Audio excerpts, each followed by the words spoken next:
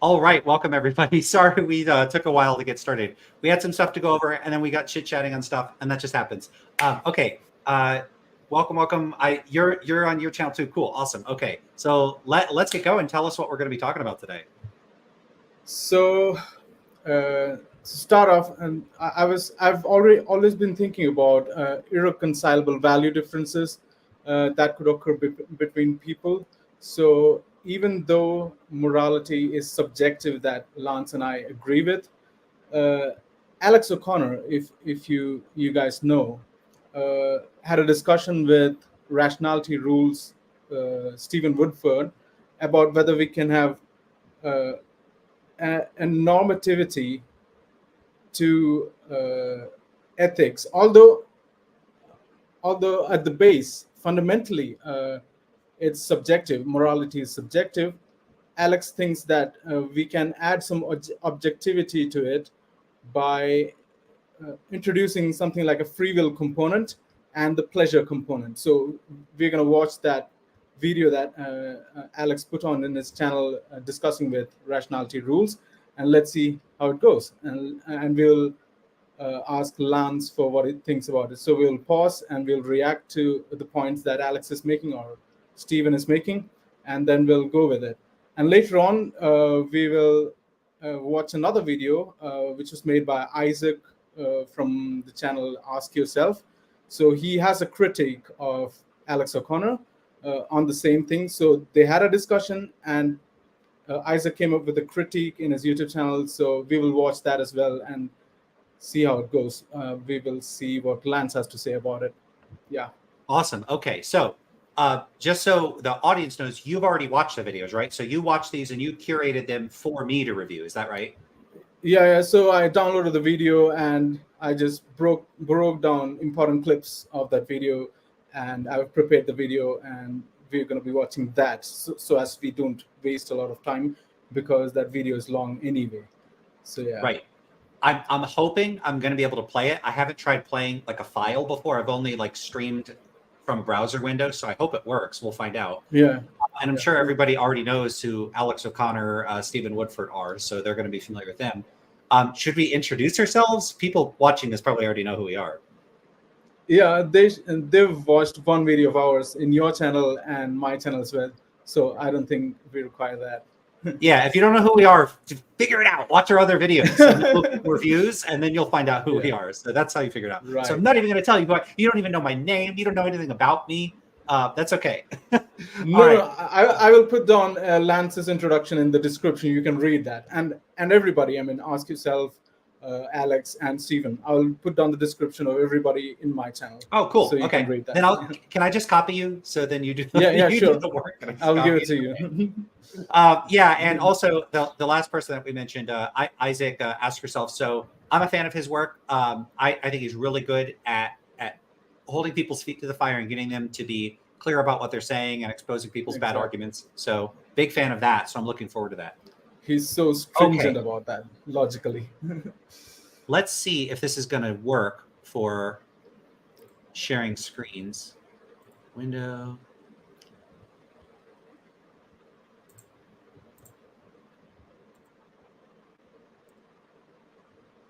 Okay, it looks like that's working. Cool. Yeah, great. All right. So hopefully the volume will be good. So we're just going to get started. And how do you want to decide on, like, should I just pause when I want to, or you let me know? Yeah, you can pause whenever you want to, but there are some clips after which I've put in 5-second gap. So you will understand that you will have to respond to that anyway. Okay. And about how many, do you know how many clips you put together here? I think it's less than 10, I guess. Less than 10. Okay. Or around cool. 10, yeah. All right. And hopefully the volume will be okay. Let's find out. Yeah. First, for the audience, I'll just rewind it. How is the audio? And like, is it clear and is it working? I'm not able to hear it somehow. Okay, so that's a problem. Yeah, I don't know if people in the audience can hear the audio. You're able to hear it, right? Yes, I can hear it. Okay, so I have put down the timestamps so we can just watch the video, I mean, from YouTube itself, and I'll tell you how to go Okay, about I it. could also try one other thing, which is it's allowing me to upload a video file. Okay. So I'm going to try We that. say that something is objective Sure. in science. What we're Yeah, saying I is can that hear this now. Oh, great. So that just lets Perfectly. me put the video. Can you, it's Saphir, can you hear it verifiable now? through objective Yeah. means. We're troubleshooting as we which go. means So that this is my first if time you doing say this that, particular That was way. quick. the Earth is a sphere, well, it's not your Perfect. Okay. So the way it works, because I'm using StreamYard, just so people know, hey, maybe free tutorial, I guess. When you go to present, you have options. You could do slides, share screen, but there's also an option for video file. So I just used video file. And Sapir, how's the audio on that? Is that good? This here? So when we good say for that me. something is objective in science, what we're saying Perfect is for that me. it's verifiable. Okay. So here's the official start at 6:25. Okay, cool. Let's go. So when we say that something is objective in science, what we're saying is that it's verifiable through objective means, which means that if you say that, the Earth is a sphere, well, it's not your personal opinion that the Earth is a sphere, although it kind of is as well. When you're saying it as an objective fact, what you're saying is that we can verify this via objective means, and so you can go out and do that, and other people can test it. This is what something means in the scientific realm when it comes to objectivity. I think that morality is objective in the scientific sense, like that, but it is subjective in what I've previously called a philosophical sense, which is to say that without subjects such as us, it doesn't exist. Okay. So So that's the first pause. there's a lot of problems are caused by terminology. Everyone who's heard me knows that I say this all the time, but this is one of the biggest problems when it comes to discussing metaethics, objectivity, subjectivity. Those terms are tossed around in so many ways, and they're used in ways that are inconsistent, and it's deeply frustrating. So he talks about two senses. Well, he talks about a sense of objectivity and then a sense of subjectivity, and neither of those senses map on to what's meant if one were to say in a metaethical context, morality is objective or subjective. When it comes to metaethics, people do use the term objective sometimes in a broader and subjective than the sense that's exclusive to moral realism. So I'll back up. I'll go over some terminology here. Metaethics is a branch of moral philosophy that deals with abstract questions about the nature of morality. How do we, are there moral facts? What's their nature? How do we know about them? Those sorts of things. So it traverses a range of areas of philosophy. It covers issues in metaphysics and epistemology and philosophy of language and moral psychology and a whole bunch of areas that are all centered on the sort of fundamental nature of morality itself, whether we could have moral knowledge, what we would be having knowledge of, those sorts of questions. Now, within that area of philosophy, so you have philosophy as a whole. Within there, you have metaethics. Metaethics is a branch of ethics that deals with the abstract questions about the nature of morality. Those abstract questions traverse or cover a range of issues across all major branches of philosophy, metaphysics, epistemology, and ethics. And one of the central disputes within that framework is the realism, anti-realism dispute. I didn't pick the terminology, so if you don't like the terminology, don't blame me. I don't like the terminology either, because the realism, anti-realism dispute literally is not a dispute about whether morality is real or not, because anti-realists don't necessarily think morality is not real. They certainly don't think that in a way, if you don't disambiguate what that would mean. Think about how silly it would mean to say morality is not real, and you're like, okay, but that person over there is making a moral judgment, aren't they? And you're like, no, there's no moral judgments over there. That society has a moral system, don't they? No. There's no such thing as Christian morality. Nope, it just doesn't exist. It's not true. It's that it would literally not exist. That's a ridiculous view. Of course, it's Christian moral systems. So this idea that morality is not real is too ambiguous. No one should be talking about whether morality is real or not. They should be talking about like the nature of it. What is the nature of it? And that's what the actual dispute is actually about. Sometimes it's framed as whether morality is real or not. That's not my preferred way of framing it. So what is the dispute actually about? The dispute is actually about the nature of moral truth, or the nature of moral facts. You could use your fact language or your truth language. Moral realism is the view that there are stance-independent moral facts. People will sometimes use the term more liberally to just be the view that there are moral facts of any particular kind, and they will sometimes use it more strictly to hold the view that there are, for instance, there are stance-independent moral facts, and we know at least some of them, or at least one of them. So sometimes people will include additional characteristics in their conception of moral realism and say, yeah, there are moral facts, and we know what's like we know this particular moral fact or something like that. They may include other conditions as well, and so really, and this is not an atypical way, or at least a wildly idiosyncratic way of framing it. It's really more like moral realism tags a range of views that vary in how realist they are. So you could have like the like minimal realism might be the view that there's moral facts, then a kind of moderate robust realism, the view that there are stance independent moral facts, and then you could have like super robust moral realism, and that's the view that there are stance independent moral facts and that we know some of them, and you may include other characteristics or properties. Okay, so that's what moral realism is. I prefer something kind of in the middle of those, where it's robust enough to exclude relativism and a few other, well, most forms of relativism and constructivism and a few other views, but not so restrictive that it would exclude people that think that there are moral facts, that the moral facts don't depend on people's attitudes, but for instance, we can't know about them or whatever. So I prefer just simply the view there are stance independent moral facts. That's how I characterize moral realism. This is a pretty common way of characterizing it. Anti-realists simply hold the view that that's not true. They do not. They think it's not the case that there are stance-independent moral facts. At least that's how I frame it. Do you have anything you want to add to that before I get to addressing terminology in this clip? No. I mean, whatever you said is perfect until now. Yeah, that's how I frame it as well. But maybe I would like you to say something more about epistemic objectivity and metaphysical objectivity, ontological objectivity, because Stephen seems to be saying something about like objectivity, like he is distinguishing between scientific objectivity and philosophical objectivity, something like that. So maybe you can. I saw a video in which you were criticizing Sam Harris, and you did speak about that. So maybe you can say that, clarify that again in this one. Sure. Well, I should say I made some mistakes in how I interpreted Harris in that video, and that's something I'm going to have to address in greater detail on my blog and in a future video. So I straight up misinterpreted Harris. So Harris was drawing on a distinction of two different conceptions of objectivity that John Searle makes in his work. And what's strange about it is it's not really work that's dealing with metaethics. I always get the title of that book mixed up. I want to get the title right. I think it's The Social Construction of Reality is where he draws that from. Let me double check. John Searle's book? Yeah. Mm-hmm. Nope. I always get it mixed up. The social construction, it's the construction of social reality. Okay. Yep. See, I knew I was going to say, whichever one I said, it was going to be the other one. It's the construction of social reality.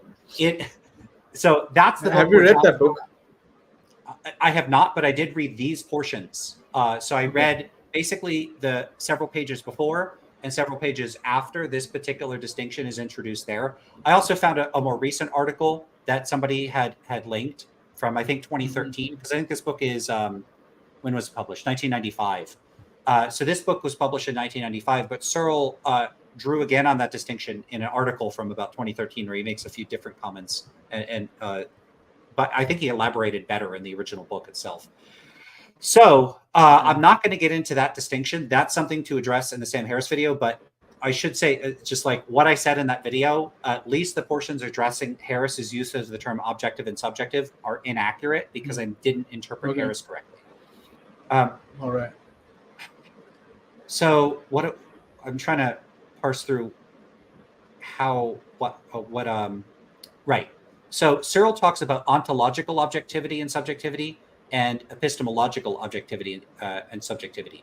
That terminology is not standard in contemporary academic metaethics. In fact, I'd never seen that terminology before, and that's probably why I got confused about it. I also got confused because I didn't stop, go open and what Searle actually said, and read it just to make sure I was understanding how Harris was using the terminology.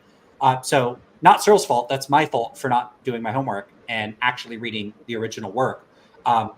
There was enough indicators in what Harris said to make it clear he was drawing on Searle's use of those distinctions. That's my mistake in not being clear on that. So I do have reservations about how Harris construes Searle's distinctions. It looks to me like Harris probably gets those distinctions wrong, at least the way he framed epistemic objectivity and subjectivity.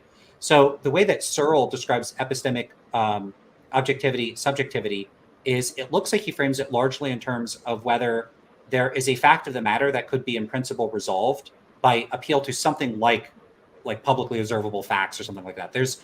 Maybe they're not publicly observable because he might, in fact, I take that back. He might not even mean that. Basically, there is a fact of the matter that could be resolved by whatever means. We don't have to specify the means. And so that seems to map on more closely, weirdly, because it's the term epistemic is in the name, epistemic objectivity, subjectivity. That seems to more closely resemble, it may not be identical, but more closely resemble the notion of stance independence in metaethics, even though his use of the term is epistemic and its meaning in metaethics it's really an ontological or metaphysical notion, because it's about the nature of the truth. It's not about our means of acquiring knowledge of the truth. And yet they do seem to be more closely related than his other distinction, ontological objectivity, subjectivity. What Searle talks about in that distinction is he calls them modes of existence for different types of entities. And so he's like, look, there's two different sorts of ways for a thing to be. There's a way for a thing to be where it doesn't really depend fundamentally for its existence on minds. So rocks, tables, trees, chairs, there doesn't need to be a mind for there to be a table or a chair. They are, Idealists would disagree with you, though. Idealists would disagree with you. Yeah. But that's how he characterizes it. And then there is another sort of mode of being that things could be, and these are something closer to something like a first-person point of view and experiential facts and other sorts of mental facts that do require for their existence, minds, because they are like the contents of minds in a certain sense. At least that's how I interpret that. And so that is an ontological distinction. It's a distinction between rocks, tables, and chairs, and things like, I think Searle gives specific examples like pleasures, pains, and experiences, and those sorts of things. And so the distinction there is an ontological distinction where it's like, hey, there's these two different ways things can be. Things can be sort of out there, rocks, tables, chairs, or they could be in here in our minds, pleasures, pains, memories, those sorts of things. And so that's a different distinction from whether some proposition that's put on the table is true in a way that we could resolve, or it's made true by our attitudes or our opinions or something like that. That's epistemic objectivity, subjectivity. So that's kind of very roughly the distinction that Searle draws on. And I find all of that super duper confusing and wildly unnecessary. Why call both categories of things types of objectivity and subjectivity? That gives the impression that there's this superordinate category, objectivity, subjectivity, and these are two forms of a broader category. But really, this is just using similar words to refer to two very different sorts of things. So on the one hand, we have, hey, when and he says this, he says that epistemic objectivity, I believe he says, is predicated of claims or propositions. I'd have to look exactly at what he says, but it's like something we attribute to like a sentence or a claim. In fact, I could just pull it up. Let me see.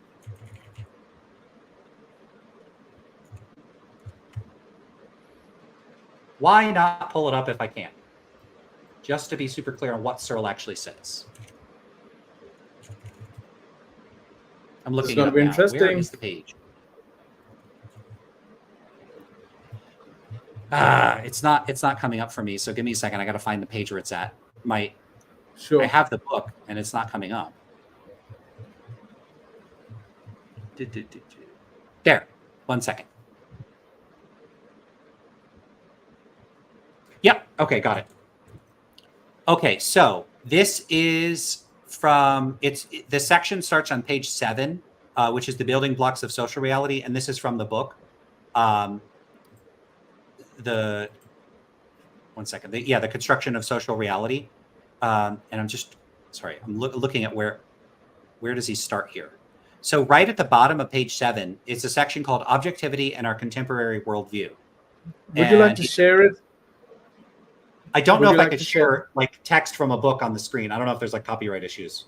So I'll just read it. Oh, all right. Yeah, Uh, yeah. We I could never have, know with this sort of stuff. So, and I probably can't, I can't just read the whole thing. So I'll just read excerpts. So he says, much of our worldview depends on our concept of objectivity and the contrast between the objective and the subjective.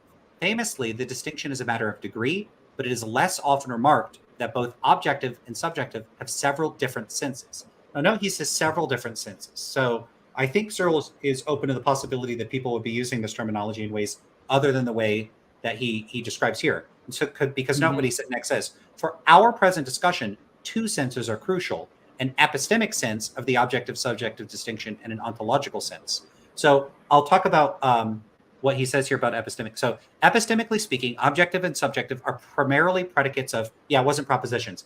It's primarily predicates of judgments. And then he goes on to talk about how we speak about things. So he says, we often speak of judgments as being subjective when we mean their truth or falsity cannot be settled objectively, because their truth or falsity is not a simple matter of fact, but depends on certain attitudes, feelings, and points of view of the makers and the hearers of the judgment. And then he gives some examples. And they're the standard sorts of examples. Like if someone says, like Britney Spears makes terrible music or something like that. It's not like you go do science or philosophy in any straightforward sense to resolve that. Science is not going to settle the matter unless you're a naturalist, aesthetic objectivist. So then maybe it would. So a lot of the way people might be considering these things, do keep in mind, is contentious. Someone might think you actually can settle those as matters of fact. Philosophically, someone may end up endorsing some type of aesthetic subjectivism, and then it would depend on people's attitudes what the truth is. And so it's not the sort of thing where you don't pull out a ruler and measure and find out. At least that's the idea behind this distinction. Again, you don't have to agree that is in fact true of any given dispute. The point is simply, he's not arguing that you have to agree with any particular instantiation of this. He's just trying to clarify what the distinction is. So that's epistemic objectivity, subjectivity. And then you have this ontological one. So let me see what he says about this. In addition to the epistemic sense of the objective-subjective distinction, there's also a related ontological sense. In the ontological sense, objective and subjective are predicates of entities and types of entities, and they ascribe modes of existence. In the ontological sense, pains are subjective entities because their mode of existence depends on being felt by subjects. But mountains, for example, in contrast to pains, are ontologically objective because their mode of existence is independent of any perceiver or mental state. So that's the distinction that he's drawn. Epistemic objectivity, subjectivity, ontological objectivity, subjectivity. As far as once you get clear on what he's trying to distinguish, it is a good point because people do mix these up in popular and some philosophical discourse as well. They mix up how it is, what it is that makes a judgment true or a claim true, and then what it would mean for something to be, in some metaphysical sense, dependent on or requiring of a mind. So, for instance, sometimes people will mix up if you say, hey, moral realism is the view that moral facts are mind independent. Their facts don't depend on minds. Someone might turn around and go, well, whoa, hold up. But if you're a utilitarian and you think that morality is reducible to facts about what increases happiness or decreases suffering, well, happiness and suffering require mind. So you couldn't have happiness and suffering without a mind. So, clearly utilitarianism has to be a type of realism, anti-realism. It has to be a type of anti-realism because it's saying that the moral facts do depend on minds. Unfortunately, this whole depend on minds or depend on attitudes that's ambiguous. Depend in what sense? So the sense in which for moral realism, moral facts depend on minds or attitudes or feelings is that it is in virtue of having an attitude with respect to the moral proposition that one's attitude makes or does not make the proposition true. So my attitude, for instance, if I say pistachio ice cream is delicious, my attitude does the truth making. It makes the proposition. Like when I say, I consider pistachio ice cream the tastiest flavor, or I find it to be it is my favorite flavor. Let's go with that one. It is my favorite flavor. The fact that it is my favorite flavor is made true by my attitude that it is my favorite flavor. So my attitude is doing the truth making. Whereas if you say, hey, my memories depend on my mind, it's not like if I remember that let's say I said, I remember it's Sunday right now. Well, it's not Mhm. Sunday. So the fact that I remember I have a memory doesn't make the content of the memory true. Rather, it's like I need a brain or some method of having a memory. Could be a soul, who knows? That, in a certain sense, that I have a memory requires this other condition to be met. I have a mind that can have memories. So that's a Exactly. sense. That's an ontological sense in which one thing requires another thing. So, for instance, I'm trying to think. If you have a peak of a mountain, like you have the mountain and there's a peak on it, the peak of the mountain requires the rest of the mountain in a metaphysical sense, right? You can't have the top of a mountain without the rest of the mountain. I mean, you could cut it off and remove it or whatever. But the point is there just that it being the top of a structure requires that there's structure for it to be a top of. And that's a sort of ontological dependence. It's not that the mountain's preferences make it true that there's a peak of the mountain. It's not like the mountain, the base of the mountain is like, I want there to be a peak. And because it wants there to be a peak, there is a peak. That's silly. Exactly. So these are two different senses of dependence. And one of them, in this case, with Searle's terminology, is closest to the epistemic sense. It's a sense of what it is that makes a judgment or a proposition true. Is it an attitude that makes it true or not? And the other sense, this is closer to Searle's ontological sense, is a sense in which you need one thing, metaphysically speaking, to have another. The other is metaphysically dependent in whatever sort of way it's metaphysically dependent. So, here would be another example. Maybe you can't have a hydrogen atom unless you have protons, because protons are constitutively a part of an atom, and you can't really have a full atom without a proton or without an electron or something. Maybe you could strip electrons away and still have an atom. I don't know. But just the point is there that there's a difference in like structural dependence versus like truth-making dependence. I'm just making up terminology here. I don't know if that's like there's technical terminology. No, you're right. I mean, ontological dependence and epistemic objectivity. That's a crucial distinction to make. What do you think? I mean, your terminology, stance-independent moral facts. I really like that. I don't like using mind-independent moral facts. What do you think? Do you have much more to say about that? It's not my terminology. So I saw that Russ Schaefer-Landau used it in his book. What is it? Moral Realism and Defense. I saw it there. I tried digging up the history of when that term stance independence emerged. I did really simple stuff, so I didn't do a deep dive. I did stuff like check on Google Scholar with quotes like stance independence and see what happens. And I mostly found stuff from Russ Schaefer-Landau. And some of it, I think the earliest it dated back to was the 90s. So about 30 years ago. And it looks like maybe Russ Schaefer-Landau popularized that specific terminology, stance independent. I definitely think it's better, but I just jumped on the bandwagon. I was like, oh, that's a good way to use it. Lots of other people are using that terminology as well. Some people, Mike Humer, I think, has used the term observer independent, which I also think is better than mind independent. So there's different terminology. You could say attitude independent. There's other terminology you could use. Right. I wish Desire they were independent. consistent, but they're not. Desire independent you can use as well, which is going to be crucial. Which is going to be crucial in this video. I mean, today we're going to see a lot of desire, pleasure, those terms being used in this video. So Right. So, and I know I said a lot there, but it's important to get the foundations right, and it's important because I get it. Like, I'm having to clarify and look at how Searle draws this distinctions because I screwed up and I didn't get this particular distinction right.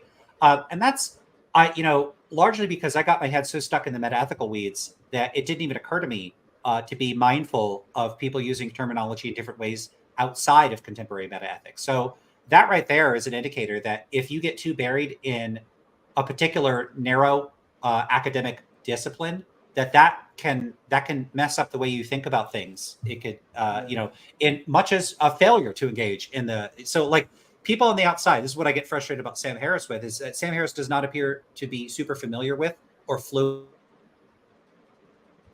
in his understanding of the metaethical literature, like at all. And I think that causes significant problems. But when you're too into that literature, you could also just forget or fail to appreciate, hey, people use terminology outside of this. Anyway, so Stephen, in that particular clip, that was Stephen Woodford, right? Yeah. It was like 30 minutes ago, so let's keep track of it. So we've spoken a lot here. Yeah, sorry, I do that, and I'm like, I gotta try better to not do 10-minute monologues. I can go on and on and on listening to you. I mean, but yeah, we have. Okay, but I need to be more concise. Okay, so so we have those two senses: epistemic objectivity, subjectivity; ontological objectivity, subjectivity. I'm not sure the first stuff he says here maps onto either of those. Let's have a listen again, because I think he's actually using it in a potentially somewhat different sense. So when we say that something is objective in science, what we're saying is that it's verifiable through objective means, which... Okay, so verifiable. It's verifiable through objective means. Is that what he... Did he actually use objective in the definition of objective? That's so fine. when we say that something is objective in science, what we're saying is that it's verifiable through objective means. Okay, so it's verifiable through objective means. So I don't think that's necessarily a mistake if he then goes on to say here this is the sense in which it's objective. The problem is that could give the impression that he's saying something is objective if it's verifiable, but that's not what it sounds like he's saying. It sounds like he's saying in order for something to be objective, it has to be verifiable through these objective means, and then he's going to have to tell us what verifiable means. What those means are. And I think the means are going to be like it's measurable. So it's something that could be verified in some measurable way. This is what I think he's going to end up using this terminology to mean. Which means that if you say that, the Earth is a sphere, well, it's not your personal opinion that the Earth is a sphere, although it kind of is as well. When you're saying it as an objective fact, what you're saying is that we can verify this via objective means, and so you can go out and do that, and other people can test it. This is what something means in the scientific realm when it comes to objectivity. I think that morality is objective in the scientific sense, like that, but it is subjective in what I've previously called a philosophical sense, which is to say that without subjects such as us, it doesn't exist. Okay, he didn't say measurement there. He just said verifiable through some objective means. Objective means. I'm not clear on what he means by that. Is he talking about epistemic objectivity? I'm not sure. So verifiable, verifiable gives me the impression that verifiable could be a very strict criterion. It could be an empiricist criterion, but that would be an issue, right? Because, if you're a rationalist philosopher, you believe that there is substantive a priori knowledge, like you think there's synthetic a priori truths or something like that. Let's say you think that mathematical truths can be known a priori. Can you verify them? And what's the means of verification? Is the means an empirical means or a non-empirical means? I think we're just not given enough here to know what exactly he means by verifiable, because there's both methods of verifying things empirically, and then you might say, there's other means of verifying things a priori, like, use the standard methods of analytic philosophy, where you reason through cases, you consider your intuitions up to a point, you consider potential defeaters, counterexamples. There's all sorts of stuff that you do in contemporary analytic philosophy that does not appear to be fully reducible to empirical considerations alone, at least according to some proponents within analytic philosophy. And so are these both legitimate means of verification? There's empirical means of verification. You test it. And then there's other means of verification. You reason through it in some a priori way. Are these both methods of verification, or does he only consider the empirical ones and like a legitimate type of verification? I'm not sure. What do you think? I don't know. What happens in this video is that it just glosses over to Alex and he doesn't get deep into it. After that, it doesn't clarify what he means by that. So I think that's a problem there. Well, you see, this is why I end up talking for 20 minutes. I don't want to be clear on things, because clarity can be lost in a very long exposition. What I want to be is precise, and precision sometimes requires a degree of being complicated. And, that's no excuse for not being more concise, but you could see that there are ambiguities or like question marks about the way he used the terminology here. Now, that's not necessarily a problem. Sometimes people do a bit of throat clearing by trotting out a claim or a distinction or a notion, and then it's developed on further. I just don't have enough to work with here to know exactly what he means when he talks about... Maybe we can skip over to the next clip. This is not so crucial for the video today, maybe we can skip over to the next section, Well, maybe more of that, what he says will develop on that idea. But what I want to flag there is that this terminology might be being used in a way that does not map on to the way objective would be used in in metaethics, and that's a concern to flag. Objective is sometimes used by people in a colloquial sense to mean something like measurable or capable of like publicly checking it. And that would be like a claim like, hey, this tree is 20 meters tall. You and I could go out and like check with like measuring tape or something and check how tall the tree is. And that's sometimes what people seem to mean by objective, but that doesn't carve the conceptual distinctions at their joints. So while that is one sense of being objective, okay, well, 2 + 2 = 4. Is that objectively true? I think a lot of philosophers would say yes, but that's not something that you could go out and verify with a measuring tape. Like, it's not like with the way we find out 2 + 2 = 4 is like we put two objects together and go, oh, wow, there's 4. There's something less empirical about that, at least according to many philosophers. I have no problem saying it's all empirical, but that's an extremely contentious view that even if you're confident of it, it's certainly not part of the definition of objectivity. Like, you can't bake empiricism into the definition of objectivity. And that is what I worry about in that clip. Yeah. Let's skip over to the next. If I say clip. murder is wrong, I can say that murder is wrong is an objective corollary of saying something like it is wrong to unnecessarily harm people. Right? It just necessarily follows that murder is wrong. And it might be wrong to unnecessarily harm people because it's good to seek the overall pleasure. And it might be good to seek the overall pleasure because it's good to seek my own pleasure, which is intrinsically linked. But my point was that when you break that down to the very last point, you end up with simply the subjective opinion that my pleasure is good.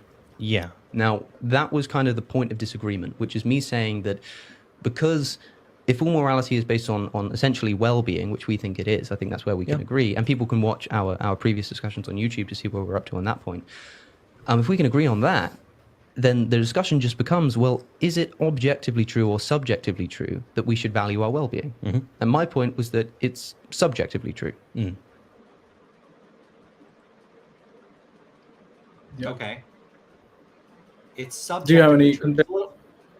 Sorry? Do you have any contention there? Any objection? I want to what see where they're Alex going is with saying? this. Yeah. It's a little... So I have a question. Do you think that every moral question can be broken down to pleasure? Whatever we do, it can be broken down to pleasure and pain dynamics. Do you think so?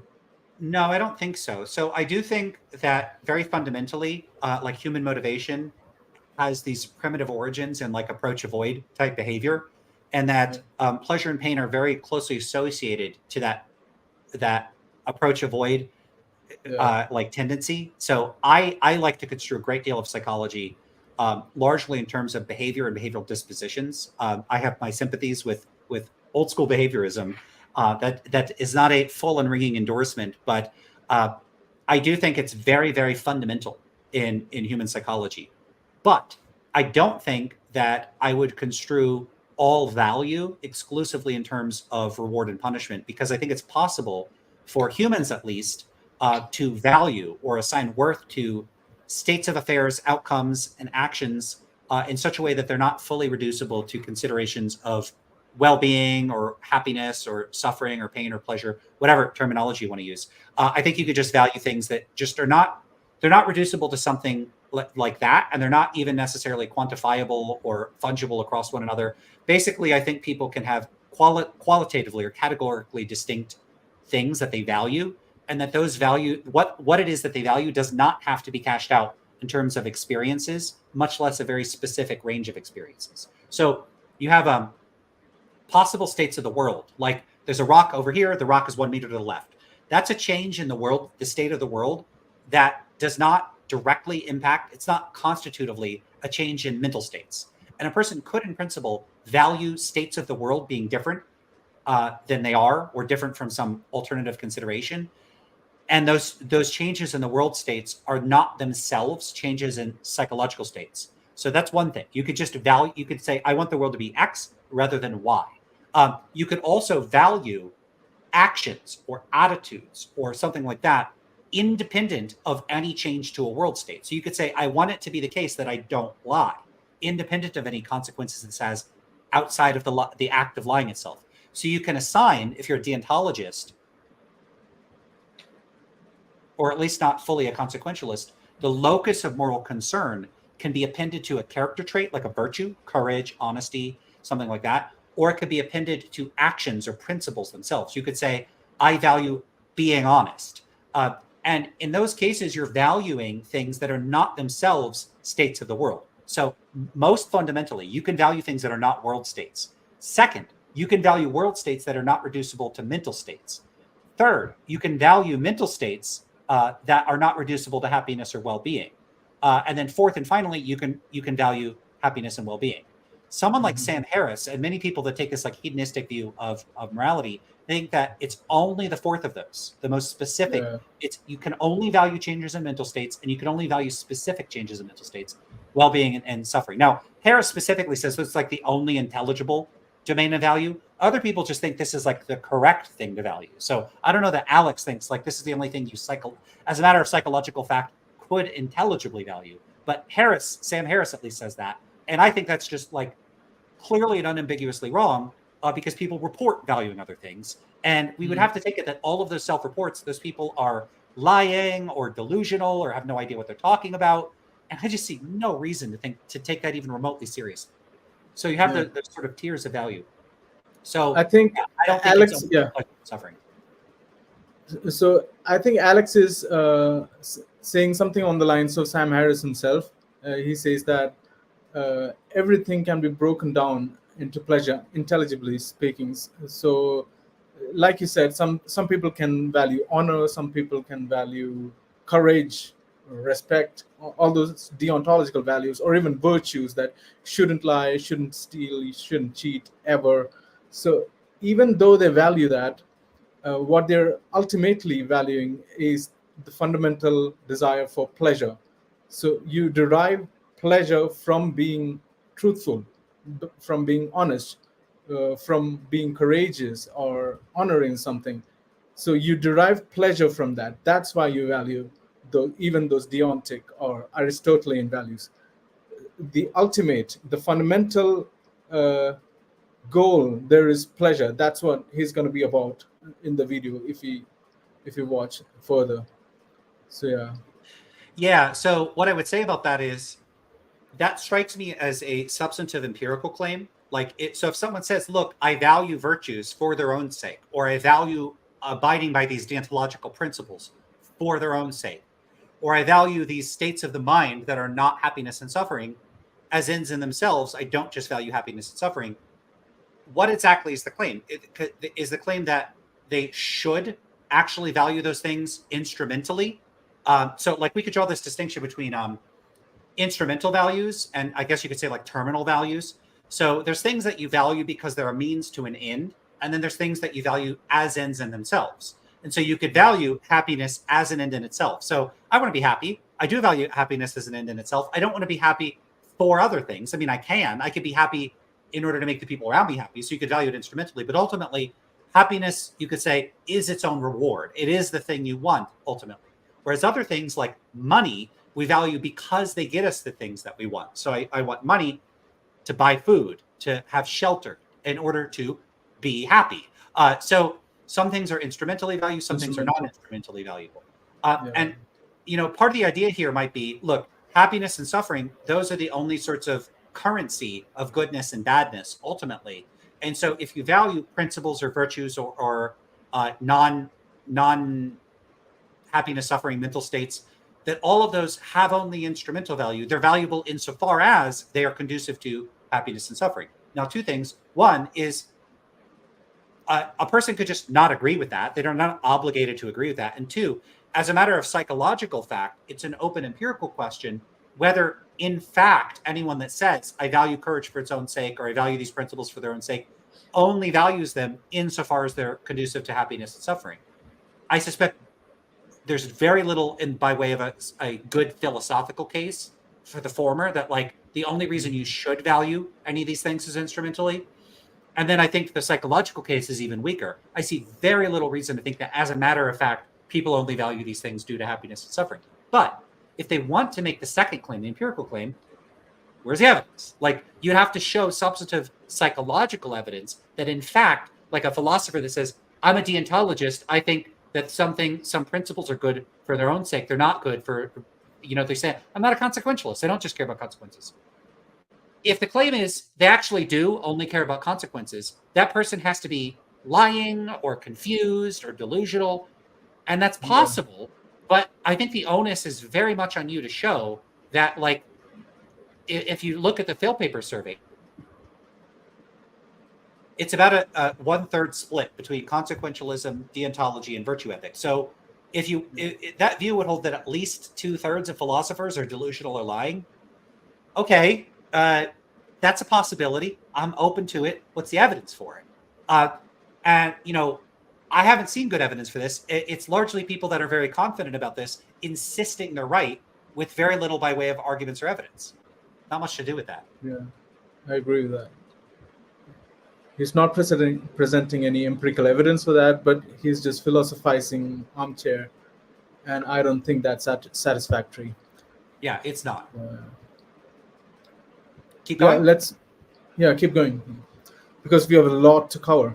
Yeah. It's going to be interesting. What I was trying to drive at is that some of the oughts that we have, which is basically to say desires or impulses to do things, are really ingrained as us just as a species, as an entity. It's something that we didn't reason ourselves into. It's just there. So survival is a good example, which most people, for most of their life, have. It's that they just want to survive. There's no reasoning to it. It's just that is their standing point. I would say that almost everybody doesn't want to suffer in eternity. It's just, if you look at any organism, it's all about just avoiding the worst kind of hell possible. And so they already have this. So that avoiding the worst kind of hell possible, that does remind me of Sam Harris's like the worst possible suffering for everybody argument. I just find that really weird. People aren't, it's not like when I make decisions, I'm like, how can I avoid the worst state of affairs? Usually your decision range is restricted to things that are not the worst possible states of affairs. So do I want to eat slightly less good food or slightly better food? Do I want to be slightly more uncomfortable or slightly less uncomfortable? It's very rarely like, it's not like my actual decision making is how do I avoid the worst outcome? That's weird.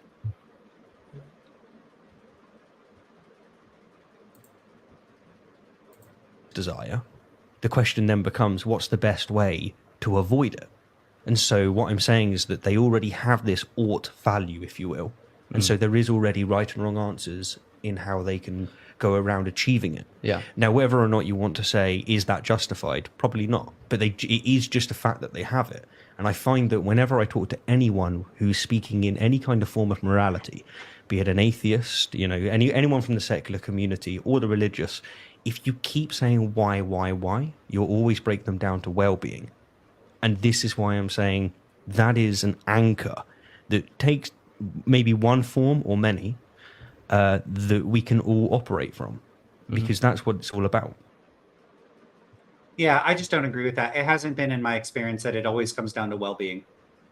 You could push for that in a conversational context, but what you're getting there, it's not like you're getting rigorous, quantifiable scientific data on what people actually value and why. I understand why, if you have a bunch of discussions and you think it's all about well-being and you ask people, like, why? It eventually comes down to well-being many times. You might conclude, okay, it's like an inductive inference. I talked to a bunch of people. It looks like it's always well-being. And so then I'm going to make an inference that it is always well-being. This isn't the best way to test this because it's not like you're testing it in an unbiased and neutral way. You're leading them through the discussion, and it's possible that you're biasing people towards the answers that you're trying to arrive at. What do you think?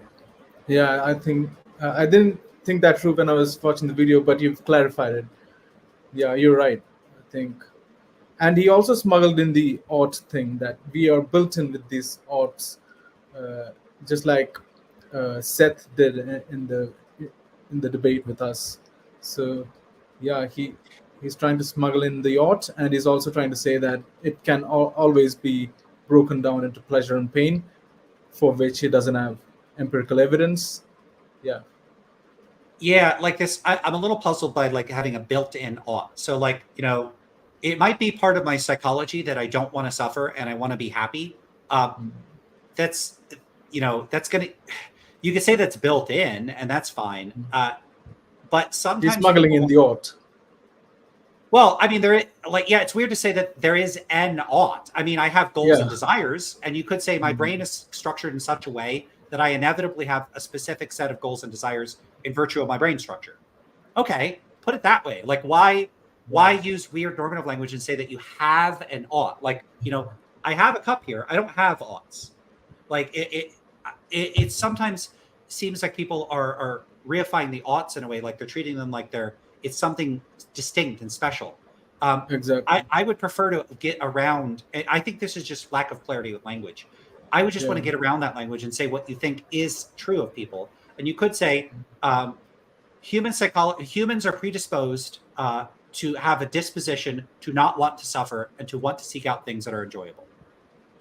Yeah. But like that's not going to get you anywhere near any type of moral realism. Exactly. The only thing that I agree with John Stuart Mill on the point that the only thing that's actually desired in itself, and that's not to say it's desirable. We're not in the ought category yet. I'm just talking about in terms of psychological facts. Yeah, whatever we call it. The only thing that's actually desired by people in itself is pleasure. Mm-hmm. There we go. He's very explicit and clear here. It's not what's desirable. It's what as a matter of psychological fact is desired is pleasure. Yeah. That's an empirical claim. I don't know of any empirical evidence that would suggest that that's true. I don't. And they keep doing that. They keep doing that a lot in the video. Yeah. Yeah, I mean, look, it's possible. So I'm pretty confident I don't just desire pleasure, and I'm pretty confident this isn't true of other people. I don't trust my own introspection to the point where, like, I would say, well, when I think about it, it doesn't seem like I only desire pleasure, and so I don't. Done.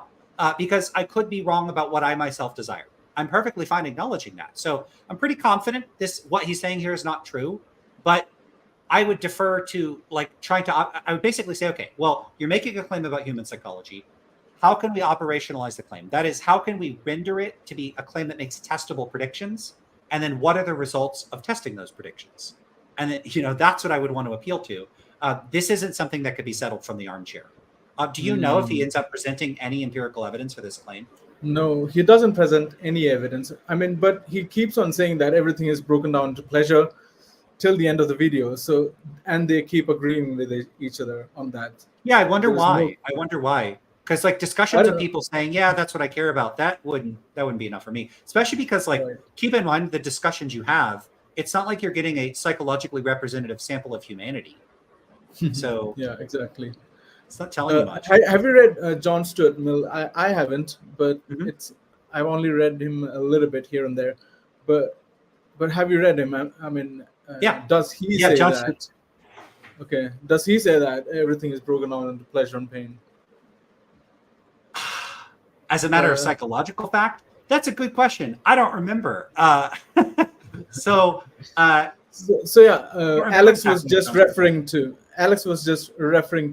John Stuart Mill and saying that I agree with John Stuart Mill that everything is broken down into pleasure and pain. So basically we are disagreeing with even John Stuart Mill right now.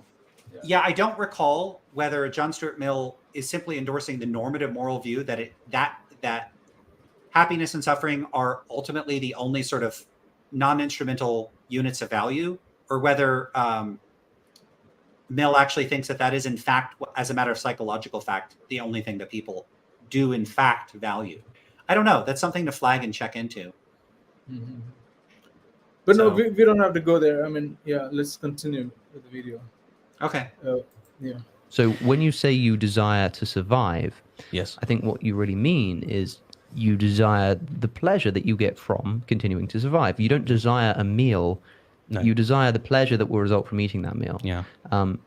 And when you break it down, everything can be broken down to pleasure at the very basis. And pleasure might also be sort of worded as well-being. I think that people such as yourself and Sam Harris have used well-being in the same way that someone like Mill used pleasure. I think pleasure is a slightly more useful term, but even someone like Harris would characterize well-being essentially in terms of pleasure and pain as a psychological state of the brain.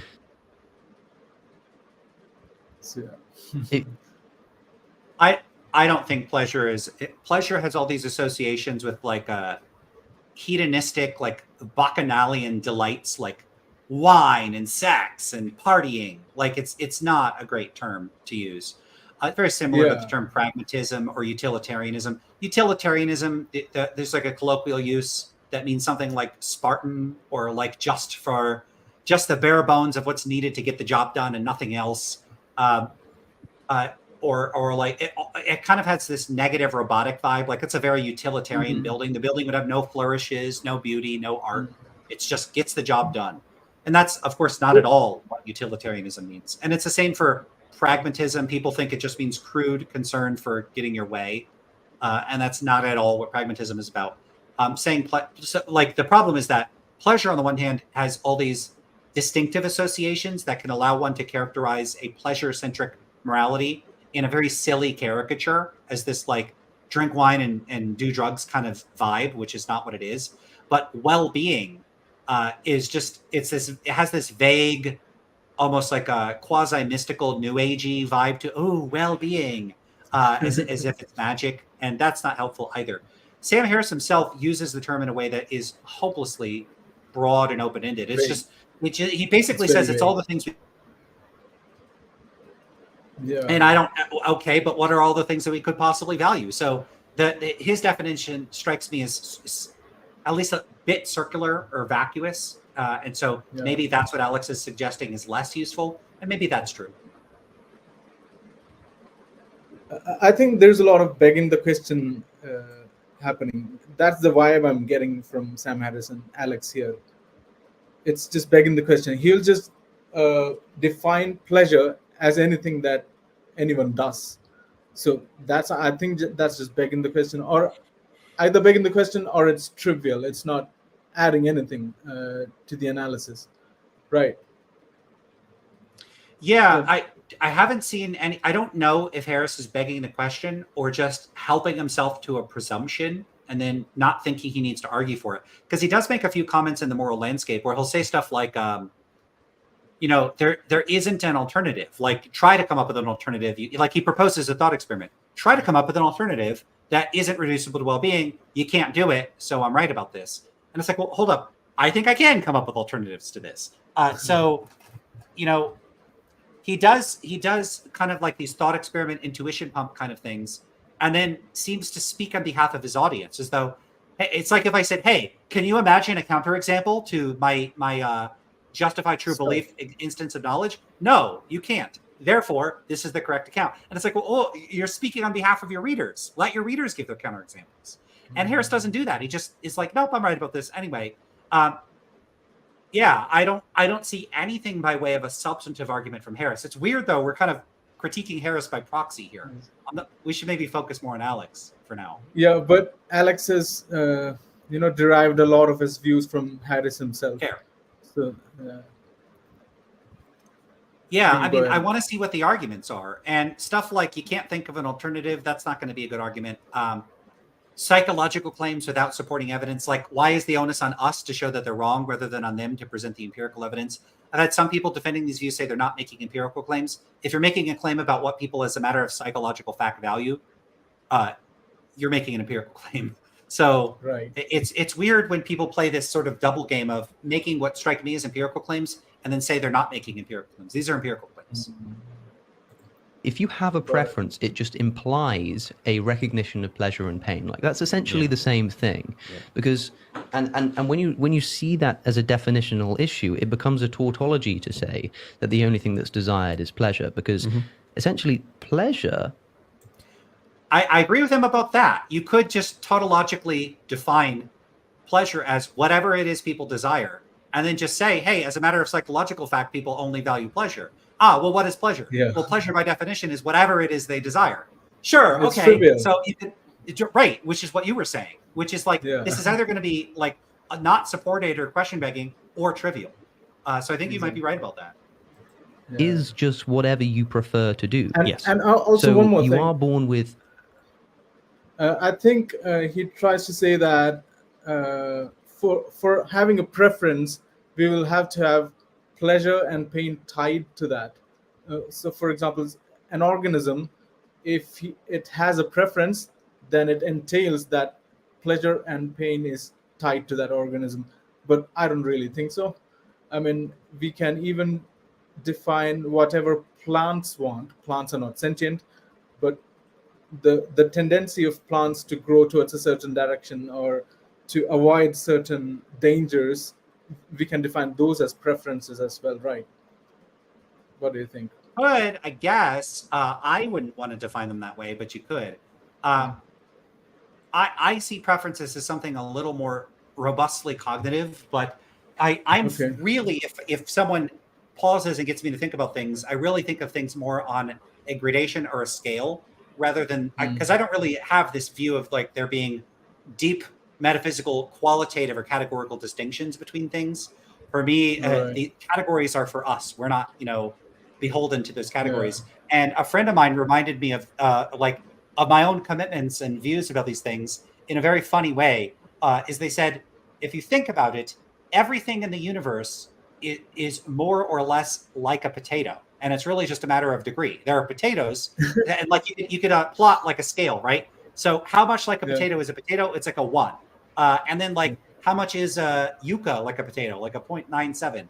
How much is a baseball like a potato? But like a planet is kind of like a potato. It could be kind of roundish like a potato. So everything is, you could say, is how much of a potato is it if you wanted to. And so like plants, do they make decisions or perform actions? In a way, kind of. They certainly do more decision-making like stuff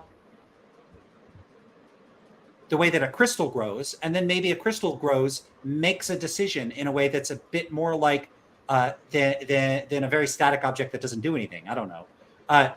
But often when you say stuff like, I certainly don't want to give people the sense that I think that, for instance, plants are conscious in anything like the sense that humans or non-human animals are conscious. So I do think that there are important differences that are cashed out in functionally different terms.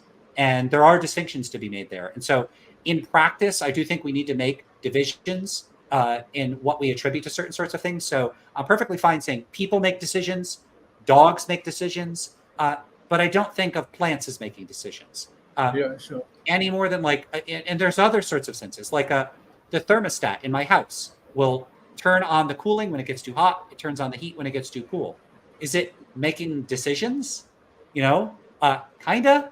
And this is really a point that Dan Dennett has stressed with like talking about thermometers and that sort of stuff.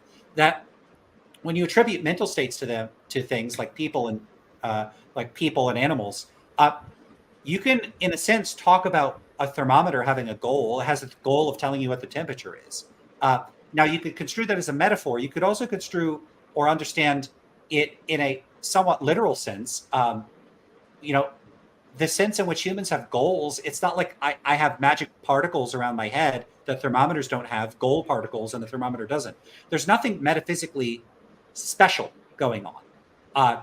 Goal attribution language, I see it as attributed in a useful or functional way to particular types of entities in the world that behave in reliably recurring patterns. So people act in it's useful to say you have intentions way. So do thermometers up to a point. So do plants.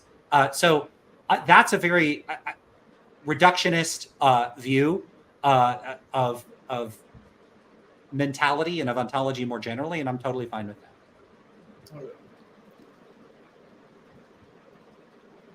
I can imagine like building a robot which has preferences but which isn't sentient. Right? I mean, that's logically possible. Yeah, you could have well, it depends on what you mean by preferences, because if you have a robot, is the robot doing things? Yeah, it is. So if I have a robot, let's say it's a robot in a factory, and it simply executes the same repetitive action over and over. Like it takes jars and it screws the top onto a jar and seals it or something. And it just does that, does that, does that. You could say it has a preference to screw the jars on like correctly or something like that. So suppose if it misses, the jar is slightly misaligned, it'll be like error, and it will like lift the lid, put the jar in the right spot, and reattach it. There, you could say it has a goal, and the goal is to screw the lids on correctly.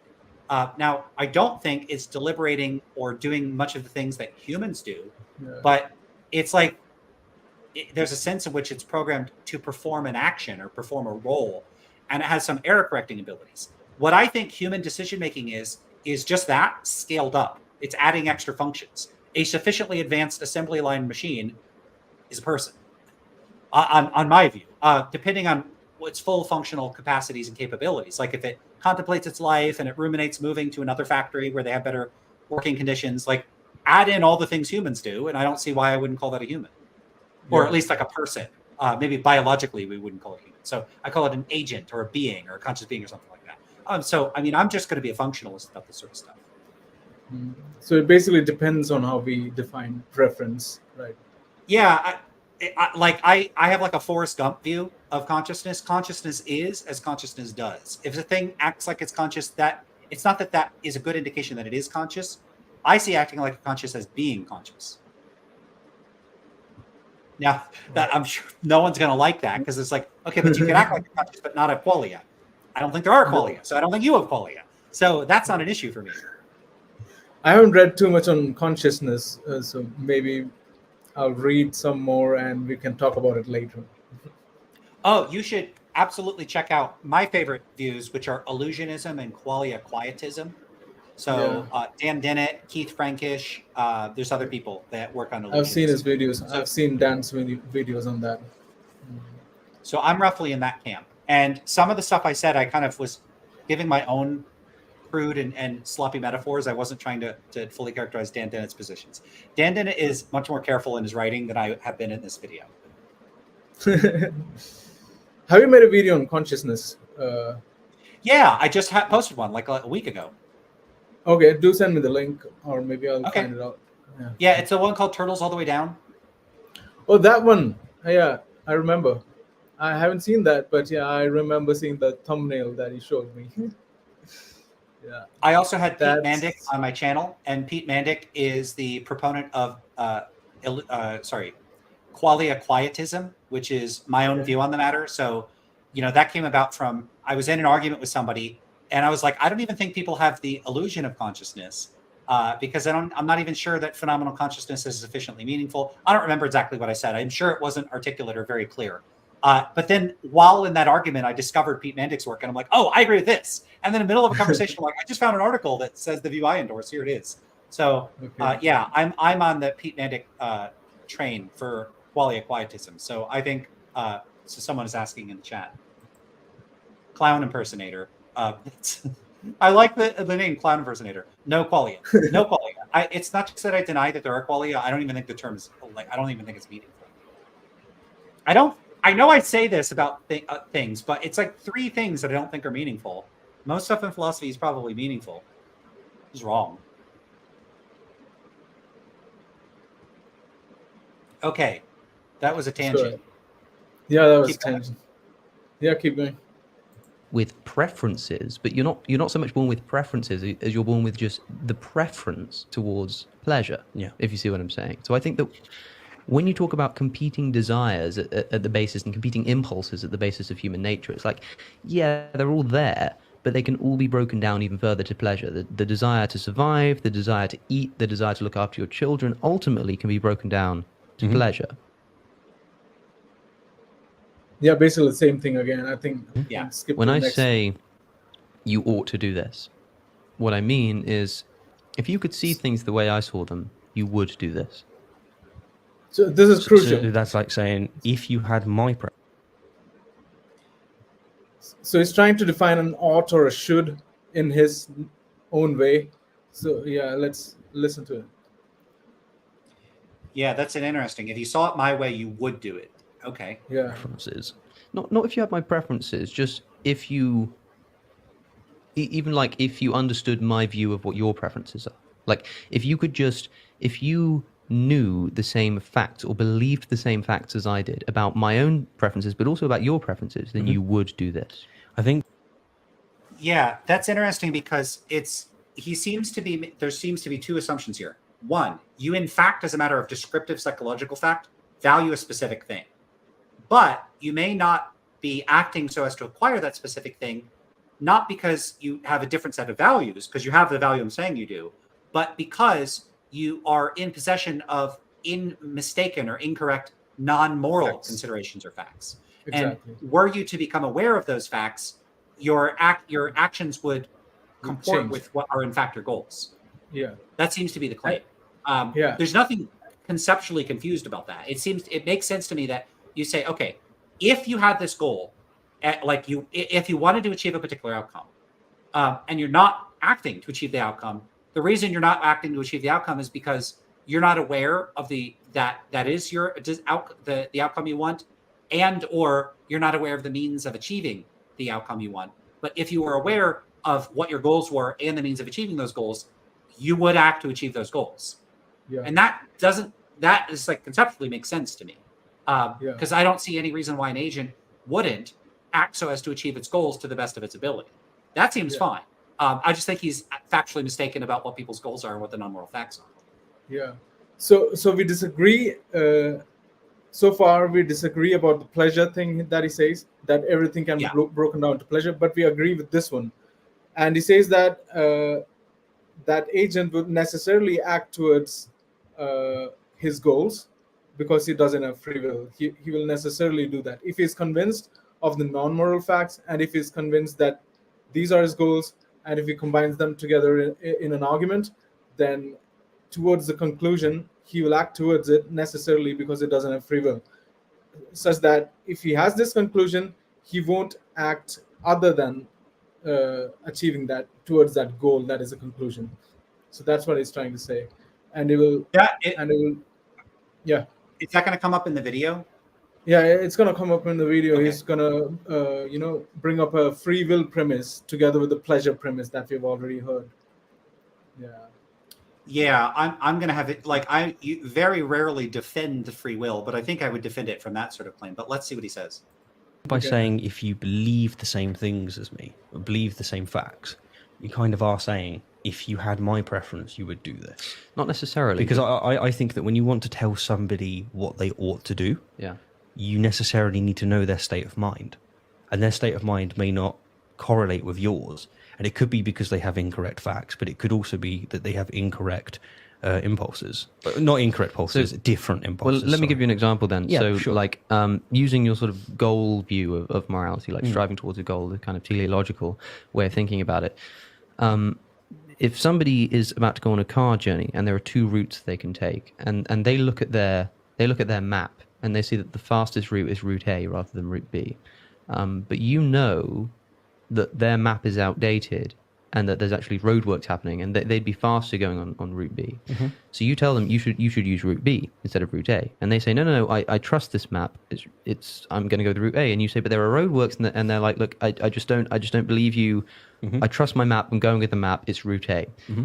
You there saying you should use route B is essentially you saying, look, if you believed the things I believed, then you would use route B. That's not to say if you have the same preferences as me. That's just to say if you understood the world as I understand it, you would use route B. So in that scenario, you have someone that has the preference of getting from A to B.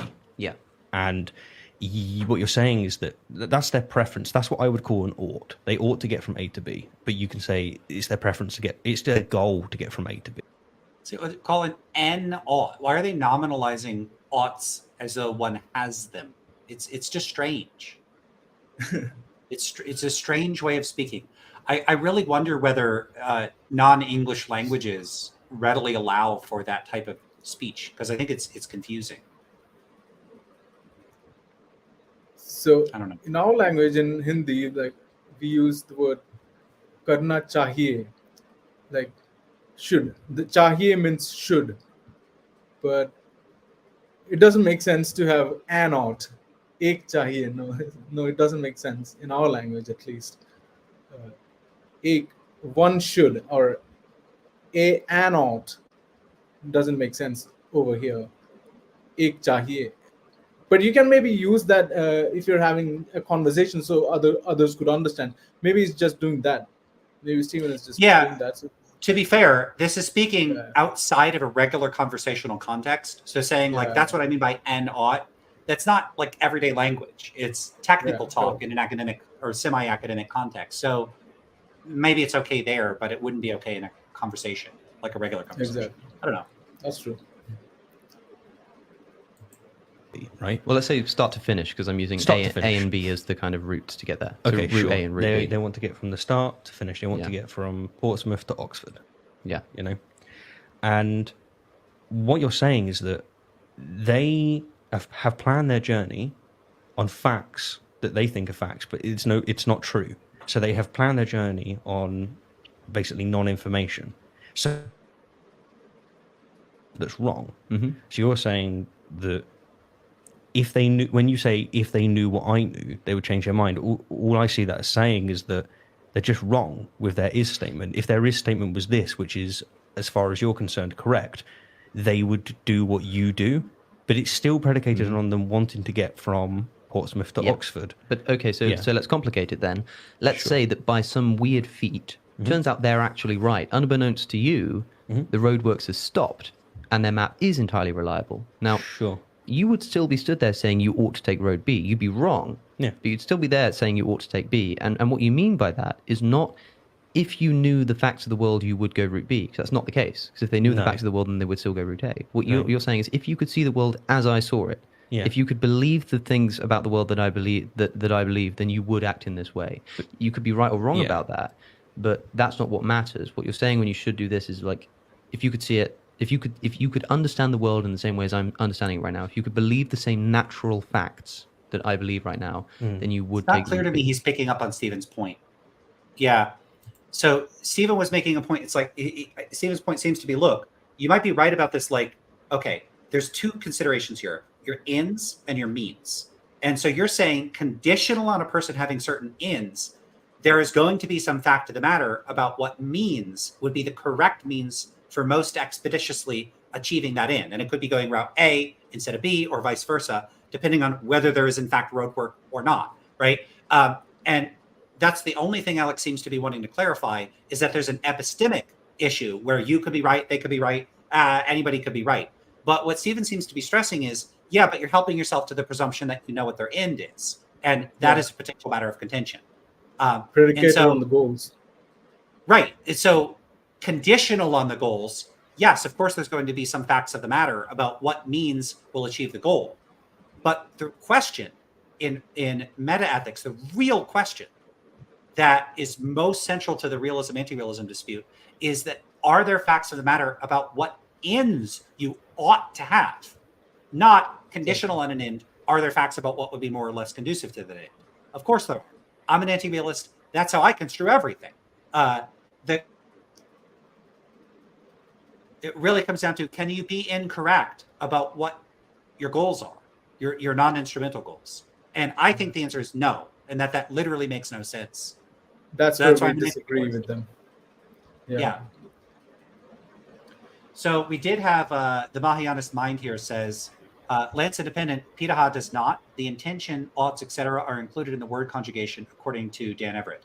Do you know where this is mentioned by Everett? So I know Everett has some popular written work and some like academic work talking about the Pitaha language. Do you know if there's a specific location in his work where he talks about that? Because that is something I would be happy to ask him about directly and see what he makes of like how the Pitaha construe normative considerations and morality and that sort of thing.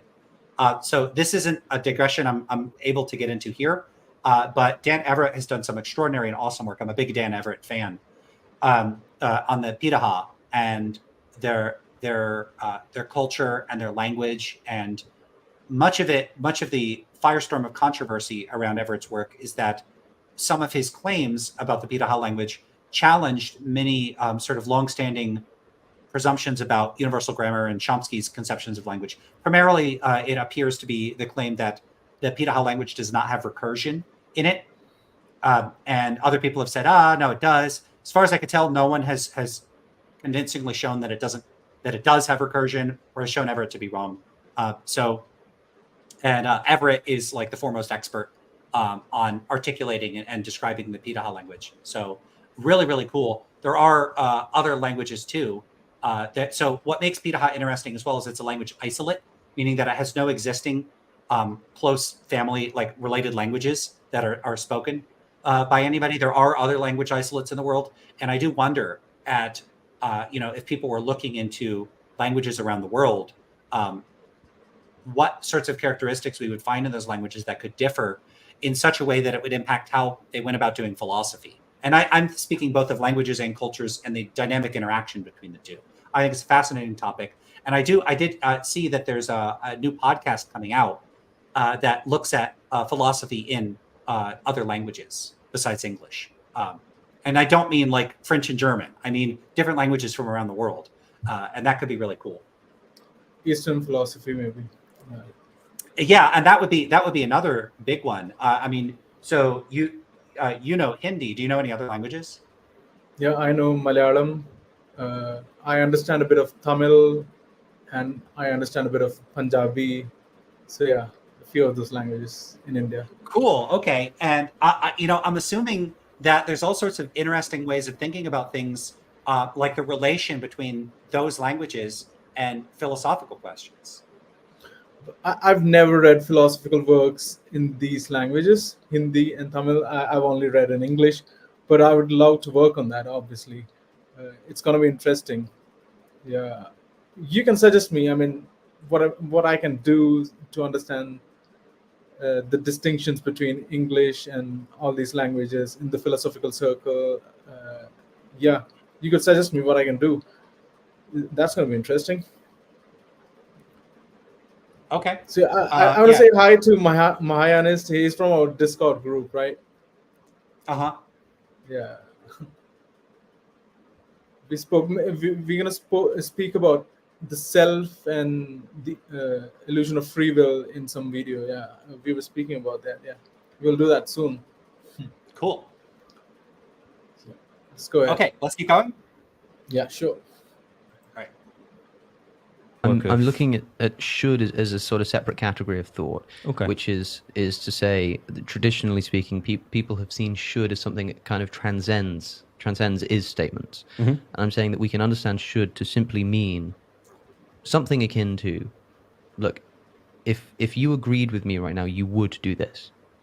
It keeps it in the realm of is. It's fairly trivial to say, like, perhaps the best obviously way... if you agreed with me, then you would agree with me and you would feel as though you should do this. But instead of saying like, if you agreed with me, then you believe you should do this, I'm saying if you agreed with me, then you would do this, because you will act upon that impulse, because if you're sort of seeing shoulds as an impulse, as a kind of desire.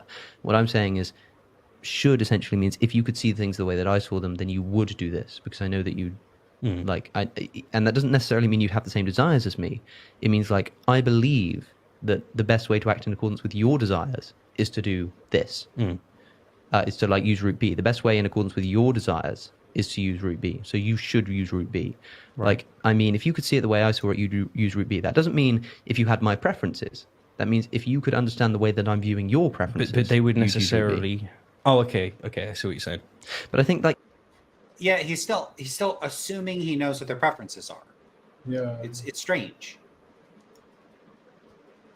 Why do that? Why not just say, look, there's facts about your preferences, there's facts about what actions would achieve your preferences, and then there aren't any other facts. That's where we disagree. He just assumes that the fundamental desire, fundamental preference is shared by every human being. So that's where we disagree with them. Yeah, and I think that ends up leading to, I don't know what to call it, like not the best, like I'm sympathetic to what he's trying to achieve here, which is in a certain sense to try to, I don't want to say naturalize, but render intelligible the substantive content of normativity of all claims. Exactly. And that's good. And it's roughly in the ballpark of where I think you and I are. I think that this major contention has to do with the difference in my view and perhaps your view that do you think, I don't even know if I asked, like, do you think it's all reducible to happiness and suffering? Like people's attitudes or values? No. And even if we did care about happiness and suffering, there are sort of second order facts about how we care about happiness and suffering. So for instance, let's say I cared about happiness and suffering and I don't really care about anything else. That doesn't mean that I care about it in an indiscriminate way. A person can say, look, I care only about happiness and suffering, but I also assign more weight to my own happiness and suffering and the happiness and suffering of my friends and family. So, for instance, people care more about their own children than other people's children. And I don't think that's reducible to just being concerned about happiness and suffering. They assign greater worth to the happiness and suffering of their own children rather than other people's children. And so they're assigning extra value that is not itself reducible merely to happiness and suffering. They're saying this person's happiness and suffering counts for more than this other person, independent of the like quantity of happiness and suffering. So they don't treat all happiness and suffering as of equal value. Some of it is more or less valuable depending on the relation of the experiencer of the value to them. So that is totally left out of any view that implies a kind of impartiality to one's concern about happiness and suffering. And this is a very serious problem, because let's say you wanted to say, look, all of morality is based on well-being and suffering, but everyone considers their own well-being and suffering to be 100,000 times more important than anybody else's. You're basically going to get a bunch of egoists or people that are extremely selfish. People. Yeah. And so that's completely consistent with only caring about well-being and suffering and just weighting some well-being and suffering more than other people's well-being and suffering. That's ignored by an account that just says well-being and suffering and then leaves it at that, as if quantity doesn't, or distribution and like who it's localized to or who it's indexed to doesn't matter. Mm-hmm. And that it is indexed to A instead of B, person one instead of person two, is an independent consideration. So that seems like, and what would the psychological claim be? That people don't, in fact, assign more value to some people than others? Of course they do. So this is the biggest critique I have against his kind of argument here, is that it's agent-based rather than other-regarding. So I think you would agree that morality should more or less have an other-regarding element to it. But he just talks about it in a hedonistic way. Like, he would say that you desire the pleasure of your children or your loved ones because you derive pleasure from it. It's your pleasure that you derive from that matters to you rather than their pleasure. Ultimately, it can be broken down to your own pleasure, is what he will be saying. So that's not a satisfactory ethical theory to come up with. That's agent-based, and it's saying nothing about other regarding concerns when it comes to morality. If that's what they end up saying, yeah, I very much disagree with that. I don't just care about other people because it gives me pleasure. Exactly. People care about other people as ends in themselves. So I hope they don't say that, because that just strikes me as even more psychologically implausible. It's psychologically plausible enough to say people only care about well-being and suffering. It's even less plausible to make a more specific claim that they only care about their own well-being and suffering. Own well-being, yeah. But Alex ends up saying that. Okay, well, let's see. Yeah, I want to see how much of the video we get through. You were like 3 hours, and I was like, that's too much. And we got what? Like 5 3 minutes hours would be great, because I think it's a fair. we could just do a round 2. Maybe we can do that, but I think the most crucial video that we're going to analyze is going to be Isaac's at the end. That YouTube video. Okay, is it in this clip? No, I've sent a link for that. It's not in this clip. I thought so. Maybe we can do the clip right now, and maybe we can analyze Isaac's video in a later episode. What do you think? Do you mean go over to Isaac's clip now? I don't want to. No. I mean, complete this one first. Yeah. And maybe we did. If we could get through it, I'll try to get through more of the video before commenting. I know I had like a 20-minute setup, so let's go. Route B. So you should use route B. Right. Like, I mean, if you could see it the way I saw it, you'd use route B. That doesn't mean if you had my preferences. That means if you could understand the way that I'm viewing your preferences. But they would necessarily. Oh, okay. I see what you're saying. But I think it's a fairly trivial definition, and I think that you could use those things interchangeably. It's like if I say, oh, you really shouldn't be late to work today. It's like, look, if you could see things the way I'm seeing them right now, if you knew our boss, if you knew what the consequences were going to be like I do, then you just would not be late for work. I think that's what we kind of mean when we say should. Now, it can be. If it's not, then that's the next point. Is like, I think it should be. And there's a reason for this, which is because I think that is the most helpful way to construct a theory of ethics. Mm-hmm. I do like this part about like, he says that's what I think people mean. I don't think so. I think people mean stuff all over the place. But he then adds, if it's not, that's what we should mean. I like that bit about conceptual engineering. If you're saying here's how we should talk, I'm on board with proposing how we should talk rather than getting mired in pointless questions about how we do talk. Conceptual And engineering. keep it in the realm of ises, because you'll notice that if we define ought and should as if you could see things the way I saw them, then you would do this. It becomes, which is the same thing as you're essentially striving for, a descriptive statement. Yeah. And if we can turn oughts into descriptive is statements, then we can get an ought from an is, because the ought is just an is, if you see what I'm saying. Yeah. So I think it's at the very least useful to try and find a way of doing that. The question is, are we justified in doing so? It is a good question, and it'll be interesting to see exactly where you go with this definition that you're working with. The way that gels with the way in which I've previously described things is how I would call something an axiomatic ought, I would think, which is to just say that what I'm saying, as I said, you're not born with a blank slate. It is objectively, verifiably a fact that you're born with a psychological predisposition. That's a fact. That's an is statement, which contains the should, because it's an is statement. It's an is statement which contains the should. The language here, they got to refine this language because it just sounds very strange. It's strange that the is contains the should. I think the should is a thing. I got a should over here. Sorry. They're just wanting to make their point somehow, Steve and Alex. Yeah, I just feel like there's probably better ways of wording what they're trying to say. It's like they're trying to vindicate a particular type of philosophical discourse by sort of retrofitting it onto more acceptable accounts of human psychology and I don't know, a sort of philosophical lexicon that makes more sense of things. But why bother? Why not just say that the philosophical discourse is confused and we should talk about it in a different way? That's what I would favor. Like, again, I'm not opposed to the project they're engaged in. I think that their way of doing it could use some terminological refinement.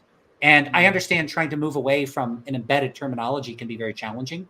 So this is not like a harsh criticism. It's just, hey, that's probably not the best way of framing this. There's probably a way of making the same point, a point I may not have, I may be very sympathetic to, that would be a little more clear than this. And I don't even know what that way is. It's kind of like if I'm reading a paper and I'm like, you got to fix the wording here.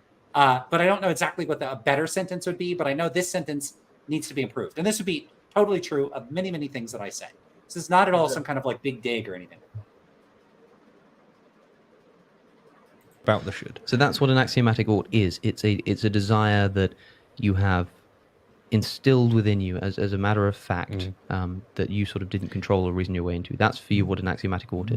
But something I'd like to just take us back to, if you will, is you were saying that you think that there's only one. Yeah, that's where I was about to take it. Yeah, cool. So I was going to say, if that is how you're defining an axiomatic ought. So they're basically saying that there is only one ultimate desire. Yeah, I just don't know what that's based on, but they're repeating a lot of the same stuff. Yeah. 1 second. There's some people in the chat I want to respond to. Sure.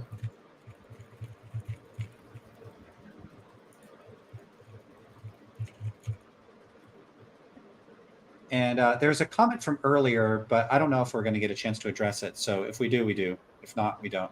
We won't. But Mahianas, thanks for the additional comments.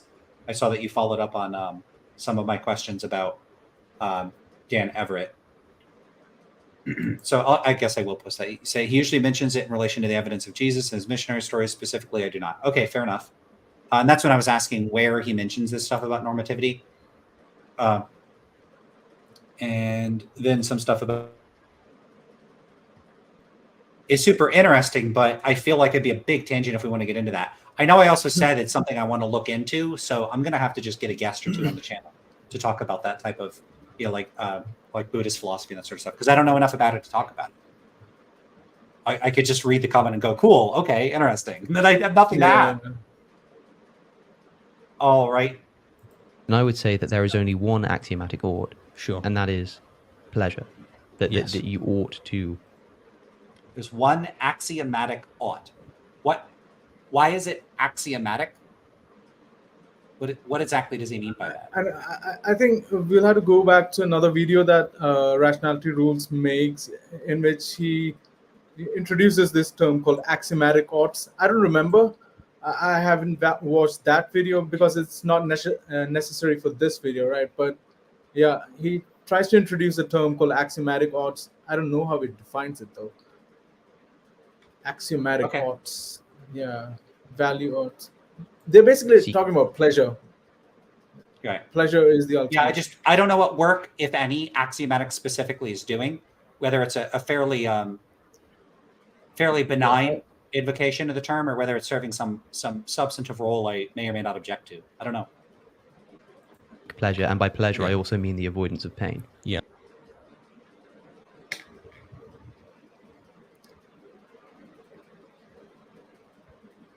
But as far as breaking it down to one thing, yes, it really is just all down to pleasure. Okay. And I find that no matter who you talk to on the topic of morality, no matter where they're coming from, be them religious, as I was saying earlier, or whether them being secular, although there's a significant amount of the secular population that just believes it's just a cultural construct, which drives me nuts. I think it's sad.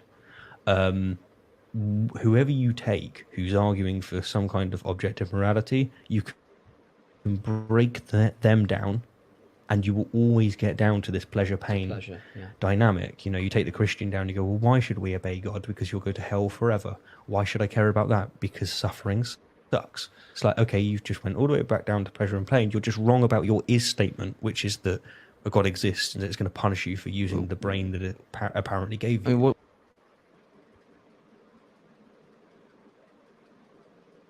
but conceptually, I think we... Are you on mute? I can't hear you. Are you on mute? Whoops. Yeah, sorry, my bad.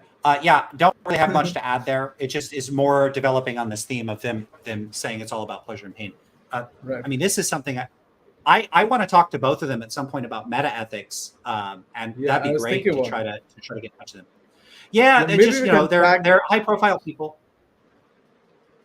Sorry. No, I was saying that maybe we can tag them, and they might, get the notification or something. Somehow they would get to know. They might, but they're busy. They're big names. They do a lot. Yeah. So this is a tiny channel. I'm about to hit 1.4 thousand subscribers. So I should say congrats. I never do this. Well, thanks. It's such a small channel. Do if you like my content, I know I do these super long form lives. I make all these promises. I did fulfill one, which is to not only talk about meta ethics. I brought other topics onto the channel. So success there. But I also need to do more short form content as well. And I think that could really help the channel grow. But I gotta get more views on stuff, because I really want people to. Right. I want to raise the waterline for people's understanding of meta ethics in other domains. And directly talking to people is one way of sort of spreading the word.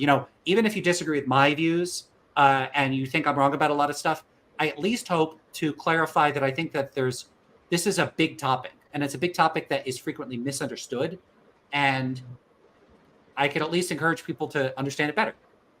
Sure. I'm not a big fan of short format content, because people can have a lot of misconceptions from that. They can build a lot of misconceptions, but to help grow the channel, that's the only way, I think. I can do shorter stuff. So, I do have TikTok videos, and, I put myself on the recorder on there, and there's a 10-minute cap. So all of my videos there are less than 10 minutes. So some of them I'm at 9 minutes and 57 seconds, but that's not too long. So I'm capable of it if I can sort of constrain myself enough. So it's just a thing to sit down and get used to. I have these sort of this motivational hurdle. If something's new, I will procrastinate, not do it. And then finally, once I do, I'll be like, oh, that wasn't as bad as I thought. And then once I do it 3 or 4 times, I'm good. So probably what I should do is say, okay, I'm going to sit down. I'm going to make a video that's less than 20 minutes, and I'm going to post. And I think if I do that 2 or 3 times, I'll get into the habit of, okay, that's a thing I can do.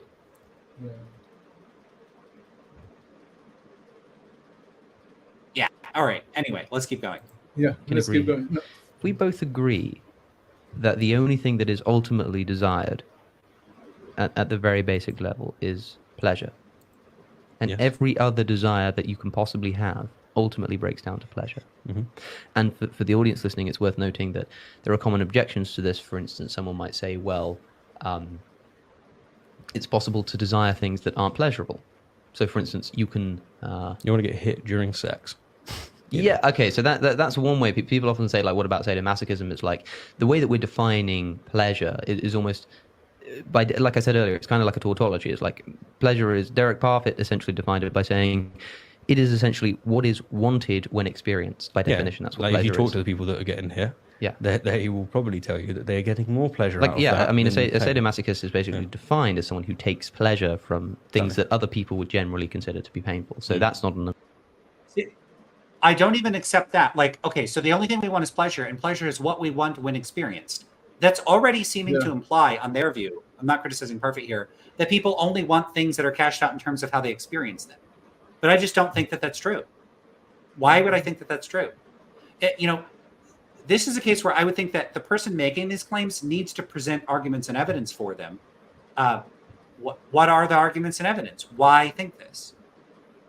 Now, I'm sure if we go and look in the academic literature, we could find people that argue for these sorts of views, but they're not doing it here, and that's a little frustrating. At least they're not doing it yet. And they don't end up doing that either. Okay, well, it's a spoiler alert. They never do. So let's see what they do say. But how do it's just a tautologous definition. It's a trivial tautologous definition that's not adding content. I mean, that's not specifying what the exact desire is. So it's not adding anything useful to the discussion, if I may say. Yeah. Well, let's see what they do say. A good objection. Another objection might be you can desire things that actually aren't pleasurable. For instance, you take someone who like desires to throw himself on a grenade to save his squad, like the soldier. Yes. And that's an important question, because it's like, if he's acting in accordance with that desire there, like, surely desiring to throw yourself in a grenade, like, that's not pleasurable. No. And the answer to that is, well, firstly, he could be wrong. He could think that that's going to maximize his pleasure and it not actually do so. But secondly, like, the way that... Okay, well, that's just deeply implausible. And notice they said that he could think it will maximize his pleasure. In what universe would ensuring that you die maximize your pleasure? Like, I mean, keep in mind, I guess there are situations where one could think that. So, a person that wants to avoid eternal torture might do something. I don't like getting examples in this area because it gets too close to sensitive topics. But just the point is, okay, there is a sense in which a person might think that. They might think if they jump on a grenade, they'll go to heaven, or they'll be rewarded, and they'll get more pleasure. And actually, they might say, hey, it's a quick, painless death, and you don't suffer that much, and then I might be eternally rewarded in heaven. So they could think that. But again, the onus would be on whoever's saying this. Like, yeah, that's possible. It's always possible to come up with a reason why someone does something. But the difference is to show that because their position is a strong one. It's that everyone always is acting for this in all circumstances, 100% of the time. And you would need a very good case to establish a extremely hardcore, like, I don't mean universal, like 99% of the time. I mean, there are literally zero exceptions that have or will ever have occurred, are occurring, or will ever occur in the history of humans. That's a really strong claim. I would expect there to be good evidence for it. And the ability to come up with a plausible hypothesis for, like, look, you could do this if you want to get real silly with it. I could say everything everyone does is ultimately for the purpose of taking a nap. All people want to do really at the end of the day is take a nap. And so why does a person exercise? To take a nap. Why does a person go to work? Well, they want to make enough money to buy a house so they can have a comfortable place to take a nap. Why do they eat food? Makes you more tired so they can take a nap. Like, I could always come up with a reason why it's all about taking a nap. And like, you could say, okay, but it's really implausible in this case. Come on, the reason a person runs a marathon is so they could take a nap? Yeah, sure, maybe that's the reason. Why would a person drink caffeine so they could take a nap? Here's a reason why. Why a person would drink caffeine? Because they know when you wake up, you're definitely way too awake to take a nap. But if you drink caffeine, you'll make yourself even more tired so that you can take a better nap later. So, like, you could always come up with a just so story about how all human action is geared towards nap taking. And you could just swap that out with any silly goal you want. It's all about eating pudding. It's all about trying to jump over the moon. Everything everybody does is so they could jump over the moon. Could be increasingly difficult to do the more silly the goal is, but it's all about pleasure gets really weird when people do self-destructive things. And then you say that's actually for pleasure. So it's just not plausible. I really love that analogy you came up with, the caffeine analogy. Yeah, and the nap analogy as well. That hits home. That hits the point. I mean, yeah, that we've been disagreeing with these guys here. Yeah, it's like instead of hedonism, it's like napism. Everything's about taking a nap. Napism. Yeah, I'm having conversation with you so I could have a nap after this. That's the only reason. We're trying to tire out our brains so that we're tired enough so that we can take a nap. You'll have a good nap after that. Yeah, someone in the chat is saying, I wake up just to take a nap later. Right, yeah, in fact, think about it. The more you wake up, the more naps you can take. Instead of one long nap, you have to wake up to take more naps. So being awake and doing stuff is exactly what you would expect of someone that's only trying to nap. Nap maximization. Yeah, it's not maximizing the duration of the nap. It's maximizing the amount of naps. Amount of naps, yeah. Interesting. Yeah. Yeah, of course, that is kind of silly because if people really wanted to take naps, you would expect people to be like taking, like people would have like alarms so they could wake themselves up at night. They wouldn't sleep through a whole night. They'd wake up repeatedly so that it was just a series of naps rather than one long night. They don't do that. So there's things that are inconsistent with the everything's about naps hypothesis. But you could say they're just not in possession of all the facts. They don't know that there are better ways to take naps. So the reason people sleep the whole night through is because they're ignorant of the best ways to take naps. Right. You could argue it's silly. That's the point. That's a good objection to Alex. We should bring up that with him. Everything's about naps. Okay, let's do it. Ready? Ready. Is like as Aristotle had it, an intense short pleasure over kind of a stretched out lesser pleasure. And I think the real strong thing to emphasize there is Richard Dawkins' selfish gene as well. Yeah. You know, like when a bee stings and it kills itself in the process, people who don't really understand evolution will look at that and go, wow, that seems odd. It's like, no, it makes perfect sense. But, you know, I'm because it makes sense at the level of the genetics. Like the selfish gene essentially says that we do things that at the level of the organism seem quite selfless, but at the level of the gene are selfish. But I'm talking at the level of the organism here, because I'm talking psychologically we desire pleasure. I don't think you can talk about the level of an organism without actually talking about the level of the species. I think when you're talking about pleasure, because what I'm essentially saying is like we say, although no, you don't desire things that are pleasurable. You desire those things to get the pleasure. So you do desire pleasure. That's at the level of the organism. Like the gene doesn't have desires in that same philosophical sense. Sure. So when the soldier jumps on the grenade, you can explain that evolutionarily in terms of the selfish gene or the expanding circle, as Peter Singer has it. But I think that you can also describe it at the level of the psychology of the organism by saying, for instance, I said that pleasure is also the avoidance of pain. Well, guilt is a pain, as we're defining it. It's a pain, it's a discomfort. And if that soldier has been trained in such a way that he knows he'll live the rest of his life in complete guilt if he didn't sacrifice himself, then in order to avoid that pain, the maximization of the pleasure would be throw himself on the grenade. Now, the important point to note is that he could be totally wrong, that could be totally irrational. Like the guilt would never actually outweigh the pain of throwing yourself on the grenade. Yeah, it's speculative. So it could be a person will jump on a grenade to avoid guilt. It's certainly a possibility. And I grant, of course, it's more plausible than like the nap story. But my point in bringing up the nap story isn't that it's equally plausible. It's that in all of these cases, you can always propose a possible explanation for a person's motivations. It's that's very different from showing that is the actual motivation. So is it possible everyone that jumps on grenades or sacrifices themselves to save others is motivated to do so out of guilt avoidance? Yes. Is there good evidence of that? I doubt it. So why think this is true?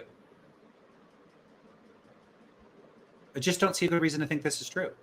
Any thoughts on this? Right. This proposal? No, I have the same feelings. And I think it's just repeated things again and again. Everything is broken down to pleasure. We are disagreeing with that. That's the trend in this video. Yeah. And I don't want to get too... Do you have time? Yeah. Do you have time to finish this off? I mean, the whole video off? Yeah, I could just... Yeah. Let's keep going. Let's do it then. And let's just speed it up then. Because later on, he brings up the free will thing. And it's going to... Yeah, we get got interested we're in. almost to the halfway point, so we'll see. Could be wrong. Yeah. However, he still desires the pleasure, even if he's got the wrong means to achieve it. Like he's still going in with the desire for pleasure. Yeah. So you'll always break down to whether you want to call it well-being or pleasure, which essentially mean the same thing in this discussion.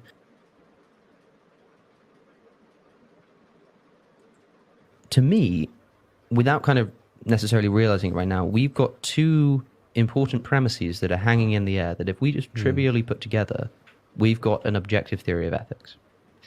Give it to me. So one of the premises is this idea that the only thing that you can desire ultimately is the maximization of your pleasure. I don't know if it's your pleasure, but it is pleasure.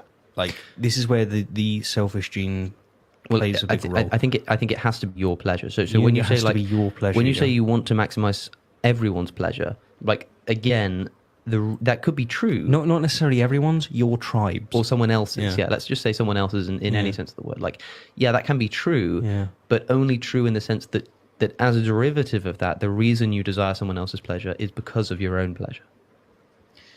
Okay, yes. Because I see what you're saying. again, the gene, Wait, is he agreeing with that? as you've rightly pointed out there, the gene could. So the only reason you care about other people's pleasure? I got to hear that again. Hold on. Let's just say someone else's in any sense of the word. Like, yeah, that can be true, Yeah. but only true in the sense that as a derivative of that, the reason you desire someone else's pleasure is because of your own pleasure. So the only reason people care about their children is because it gives them pleasure to do so? Some pleasure. Yeah, that See, they are saying what you said they were saying.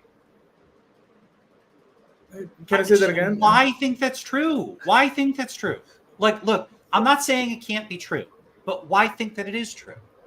You don't have enough justification to have that belief. Also, I know this is a bit of a double standard because I'm taking 2 hours, and I know I'm doing way too much talking here, but why is it taking them this long to say something like that? I don't know. Maybe that's a lame concern. They're not taking that long. They're taking, what, 15 minutes? It's not that bad. I'm being silly. Okay, yes. Because I see what you're saying. again, the gene, as you've rightly pointed out there, the gene could have wired you to be irrational. Like, it might not actually be in my interest to make sure that you are like hydrated if I offer you a glass of water. Like, that might not actually be in my and from a interest. selfish point of view, it isn't. Yeah, but my genes have wired me to believe that it is. Yeah, and so you can be wrong on that. But does that mean you're wrong? Because if your desires are not aligned to what you think maybe they should be aligned to, which is your survival, but they're actually aligned to survival of your tribe or your species, then that's just the facts. Well, what's true, what's happened here then is that you've got a situation where even if the reason why we've developed pleasures is for our survival, and even if it's wrong in the sense that byproduct, or to your personal survival, it's still a fact that the reason why I care about you having the pleasure of being hydrated when I have your glass of water is because your hydration, which is a pleasure, brings me pleasure or avoids my pain. That is still true. And that is actually true. Like, now it might be misguided in the sense that evolutionarily that's not good for me, or let's say that's not Personally conducive. good for you. That's not conducive to evolutionary development. I want to avoid like good or So bad. I'd say it is conducive to evolutionary development. But I'm saying it doesn't matter whether it is or isn't. What is a fact, and we can know, is that the reason I care about your pleasure is because I derive my own pleasure from that. Yeah, that's premise one. That's a fact. So ultimately, we desire our own pleasure. Yeah. And that's the only thing that's desired in itself. Yeah. Now, Okay. premise 2, we haven't discussed. Okay, so they're building an argument here. Their first premise is pretty much that. Let's get the exact premise. Maybe we should write it down. I don't know. Yeah. Now, Okay. premise 2, we haven't discussed yet, and I hope the reason why I care about you having the pleasure of being hydrated when I have your glass of water is because your hydration, which is a pleasure, brings me pleasure or avoids my pain. That is still true. And that is actually true. Like, now it might be misguided in the sense that evolutionarily that's not good for me, or let's say that's not conducive. Good for you. That's not conducive to evolutionary development. I want to avoid like good or bad. So I'd say it is conducive to evolutionary development. But I'm saying it doesn't matter whether it is or isn't. What is a fact, and we can know, is that the reason I care about your pleasure is because I derive my own pleasure pleasure from that. Yeah, that's premise one. That's a fact. So yeah. ultimately, we desire our own pleasure. Yeah. And that's the only thing that's desired in itself. Yeah. Now, Okay. premise 2, we haven't discussed yet, and I hope the audience doesn't get too annoyed if I suddenly bring this up, but it's the free will premise.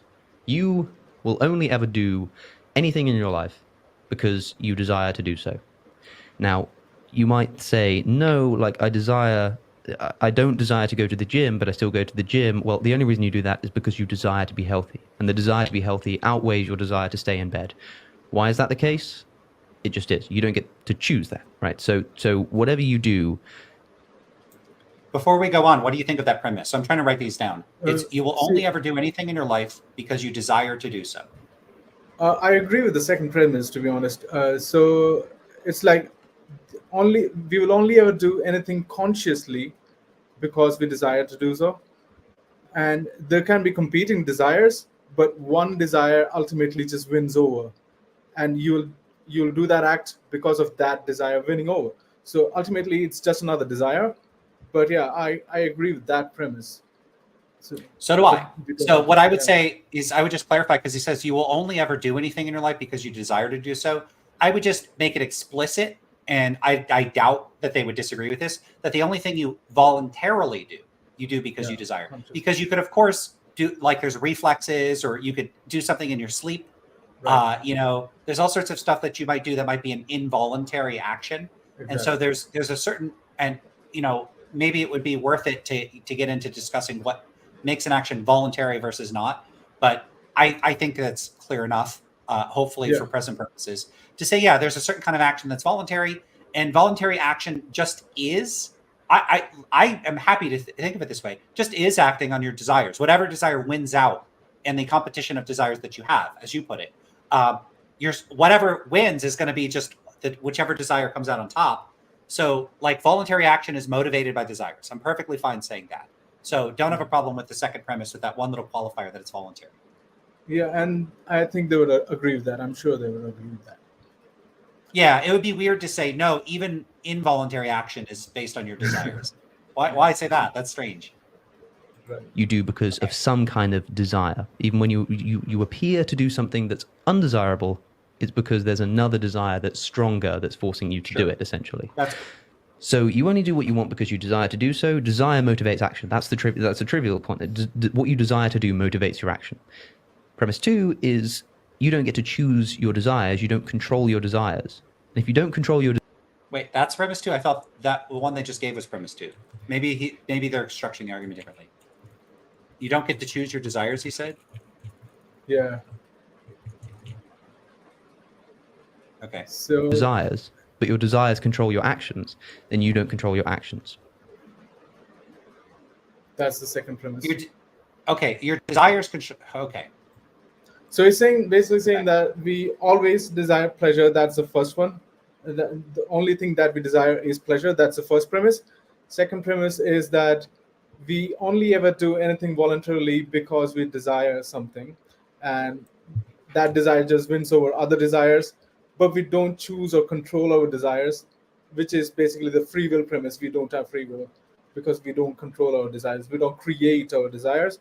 Those desires are coming by from deterministic or indeterministic processes, none of which we have control over. So yeah, second premise is something that I agree with, and I guess you agree with as well. Yeah. First premise is where we disagree. Yeah. So let's. Yeah, but I want to see what conclusion he wants to get out of this. So I rolled it back a little bit. It's because there's another desire that's. Sorry. Okay, I think it's just presented the premises.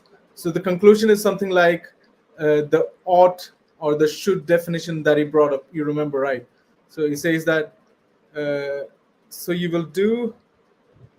So if you're wrong to do something, then to rectify that, then you will have to do. I mean, something like that. Like you won't have any other choice than doing that thing. Okay, well, we'll get to it, but he said something right before the end of the clip, and I want to catch that specifically. Sure. I want to replay that. Stronger that's forcing you to do it, essentially.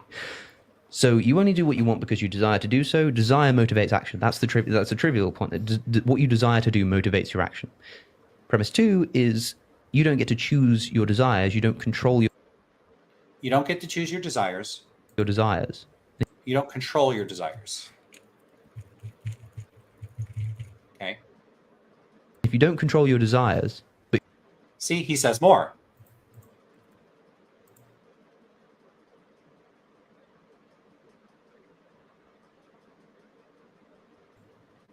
If you don't control your desires control your actions. Your And you desires don't control your actions. Yeah.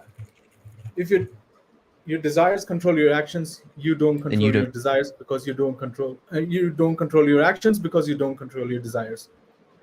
And he says some final part here. Control your actions. And you don't control your actions. Okay, so there's something a little off about that last part. So he says if you don't control your desires control your actions, you don't control your actions. It's a little strange to say my desires control my actions, not me.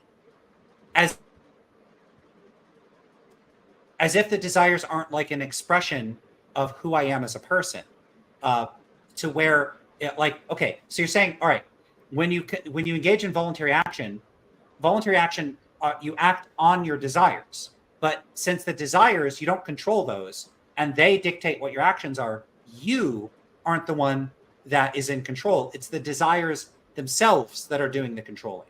But like, what would it mean for me to be in control of the action, not my desires, when the me is only cashed out in terms of like my psychological states? Like if I say, look, I'm in control of my actions when I do what I want to do, but then you say, nope, because when you're doing what you want to do, it's not you doing it, it's your wants doing it. So your wants, it's like, it's a bit like if someone, shoots a gun and they say, Your Honor, I didn't shoot the person, the gun shot the person. It's strange. Like I think it's just trying to point out that free will doesn't exist. That's the entire premise. The second premise, that libertarian free will doesn't exist. That's what it's trying to point out. But like we could set libertarian free will aside. I find something very strange about specifically saying your desires control your actions, and so because of that, you don't control your actions. Yeah. How else would I control my actions? Let's say I did control my actions. What would that look like? Mm-hmm. If I control my actions, presumably I have desires, and then I'm in control when I am able to act on my desires and get what I want. So the desires are like the mediator of me. I am in control of my actions when I act on my desires. So like, imagine this in a sense where we're not talking about free will. We're talking about, let's say, an emperor in charge of a country, or a king, or a ruler. The ruler's in charge of a country. And the ruler wants certain outcomes. They want to be really wealthy. They want to be loved by the people. And they could implement various policies, right? And so they implement policies thinking, okay, if I implement this policy, I will get what I want, which is to be wealthy and loved by the people. They implement the policy, and then it succeeds. They get tons of money, and everybody loves them. Are they in control? It seems like they are in control. It'd be really weird to say, no, that ruler is not in control of their actions, because it's actually their desires that control their policy-making decisions. And so their desires are really ruling the country. The king doesn't rule the country. The desires rule the country, because the king is ruled by the desires. So I am me. I'm this passive person. And then I just find that I have desires, and the desires are doing all the work because I don't control the desires. If you want to say that's some kind of refutation of libertarian or objection to libertarian free will, fine. I'm not a proponent of libertarian free will, but there's something to me that is conceptually strange about treating me as fundamentally distinct from my goals and desires, such that if I'm able to act in accord with the goals and desires and achieve everything I want to, I'm not really in control because the desires were doing the work.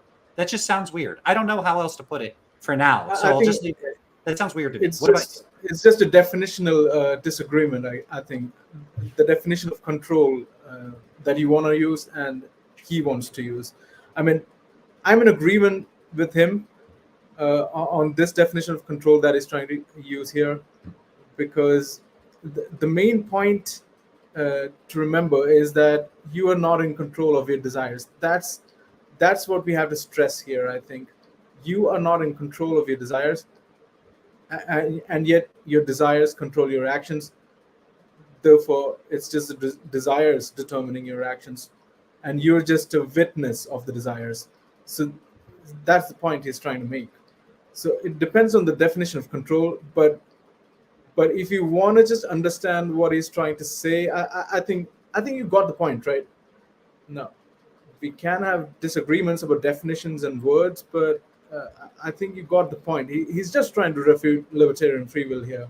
Yeah, I don't like the framing, you don't control your actions. I think I do control my actions. That doesn't mean that I think I have libertarian free will. So this is going to come down to disputes about how we want to phrase things. I don't think I use my desires. So we may agree on all the facts that are important, but we may just disagree on how to frame things. But I do find it a little objectionable to say you don't control your actions. Because I think any view of control over action, which holds that you have to have control over your goal states and not just like how you execute them, means you don't have control. I think he might be construing control so narrowly that the only way anyone could have control is on like super weird libertarian views, and that you just can't control your actions unless you're a libertarian about free will. And that, I think, Lance, yeah, go ahead. I was just going to say, I don't think we should hand over the notion of control of action to libertarian. But why let the least plausible view about free will dictate what terms we use? So you know what I think? So I think Alex is just trying to make Steve understand the point. Maybe if he's talking to you, he will use different terminologies and definitions. But because Alex and Steve agree with each other on free will, I think he's just trying to simplify it and trying to get on the same page quickly and move on to the. Yeah, I think that's what he's doing. But maybe he will use other definitions and terminologies if he's talking to you. Yeah. That's fair. And I'm being a little nitpicky with the language, and I'll just acknowledge that. Let's move on. If it's the case that whatever you do, you can only do because you desire it, which is the free will argument. You'll only ever do what you desire, and you're not in control of your desires. Yeah. But it's also the case that the only thing that you can actually desire ultimately is the maximization of pleasure. Yes. And any time you do anything, it necessarily and logically follows that you must believe that what you are doing will maximize your pleasure. Wait, well, it doesn't follow that you have to believe that. He said you have to believe that that's what you're doing? That's exactly what he says here. You are doing will maximize your pleasure. So give I don't think this lets me... It necessarily and logically follows that you must believe that what you are doing will maximize your pleasure. Oh, you must believe. Okay, so not that you do. Give that one more time. Mm-hmm. That's fine. So if it's the case that you will only ever act in accordance with your desires... Sure, which is the free will argument situation. You'll only ever act in accordance with your desires. Mm-hmm. But we also know that the only thing that you can desire is the maximization of pleasure. Mm-hmm. And that means anytime you do anything, you must believe it will maximize your pleasure. Because you have to act in accordance with your desires. And you can be right and wrong about that. You can be right or wrong about that. Yeah. But what we know is that anytime you do... Technically, you must is a little ambiguous here, because there's a difference between kind of... He just means you will. He's just trying to tie these words together. Yeah, there's a difference between... He's trying to say will. I think he means must in like a normative commitment sense. Like, look, if A leads to B and B leads to C, and you think A, you're going to have to think C. But that's different from saying that you... Like when you say you must, that could be used in a descriptive sense. Like it must be raining outside right now. That's a descriptive claim. I don't think he's making a descriptive claim. I think he's making like a normative claim. Like conditional on us being right. That's a sneaky thing that he's trying to do there. And I had that criticism when I saw the video. Oh, cool. Yeah.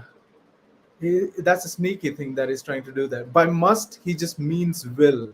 And this just happens again in the video. He just acknowledges that by must, he just means will. Steve points that out, and he acknowledges that. Oh, good.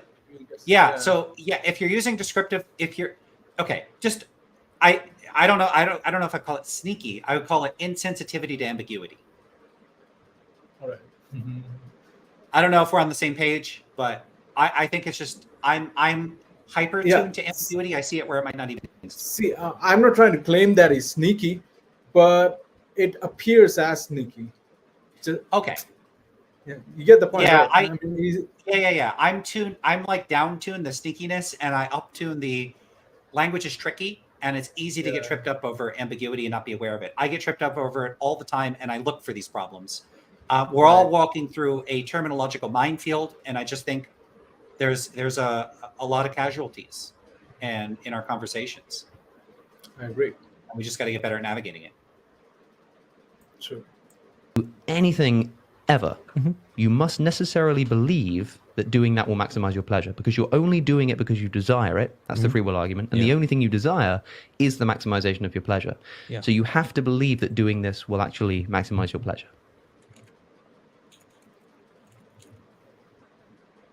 So whenever you act in accordance with your desires, and your desires are for pleasure, you know that whatever you act, whatever you do, it's because you think it will maximize your pleasure. Like that just logically follows. Yeah.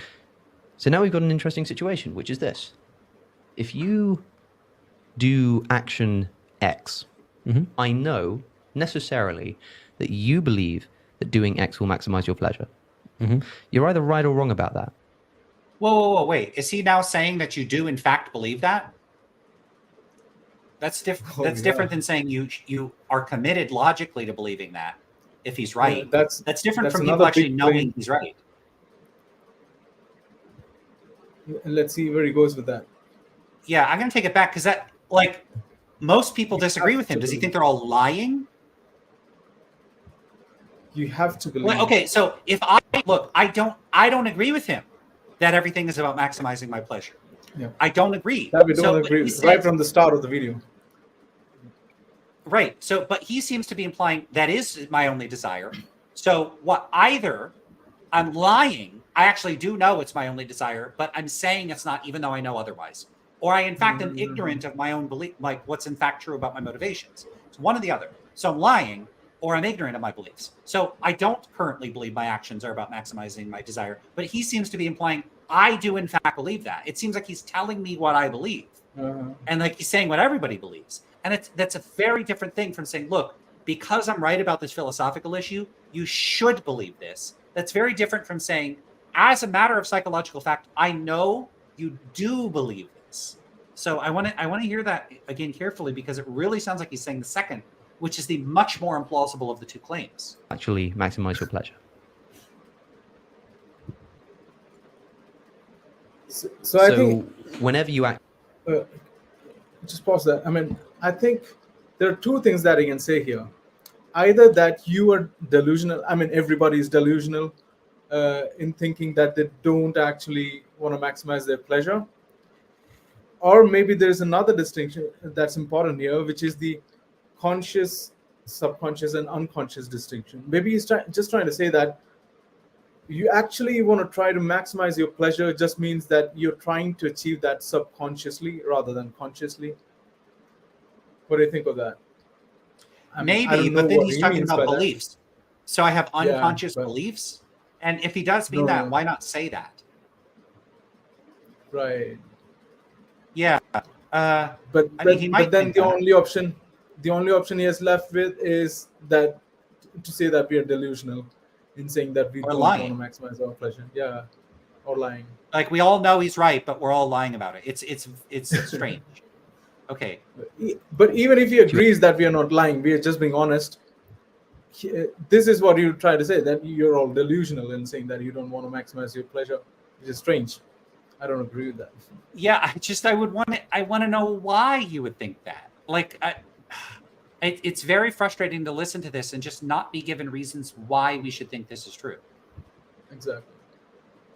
Okay.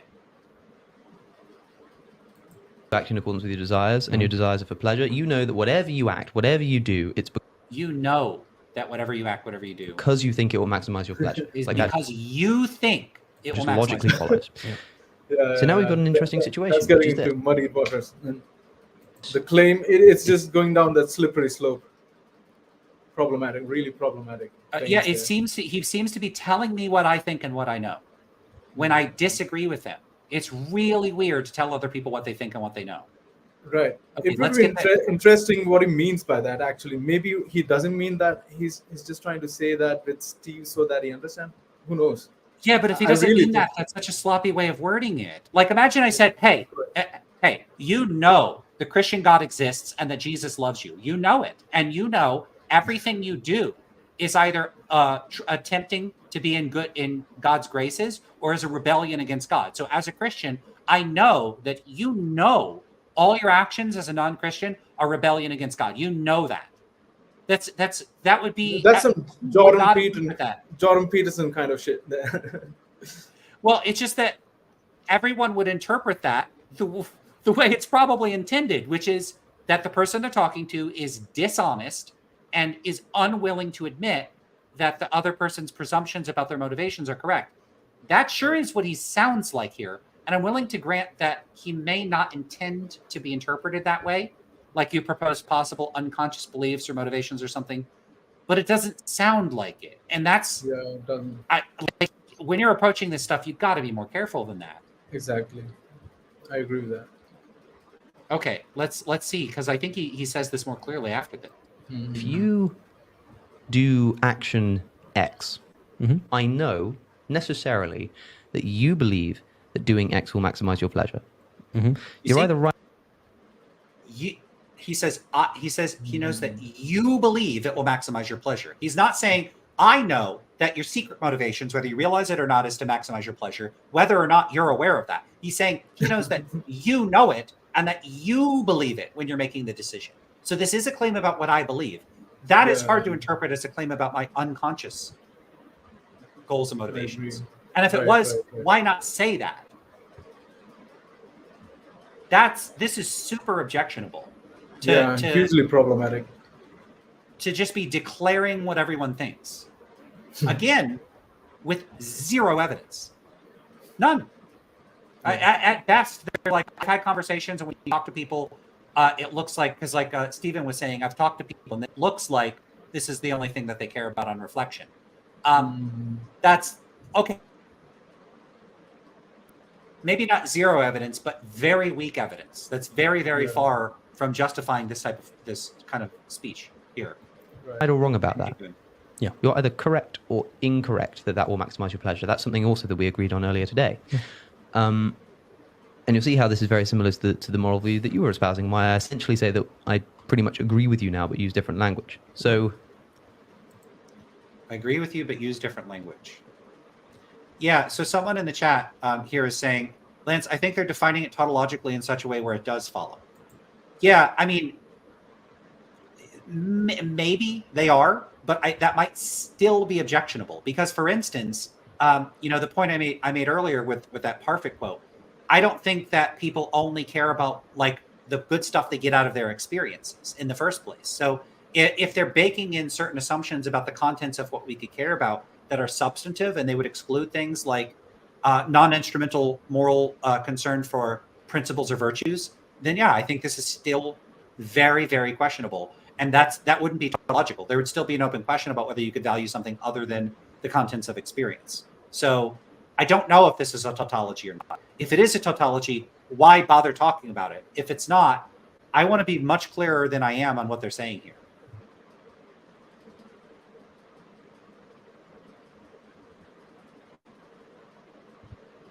So someone in the chat says, Lance, can you give us an example where you don't maximize your pleasure? To me, the mind state of giving to a stranger can sometimes give a form of pleasure better than serving myself.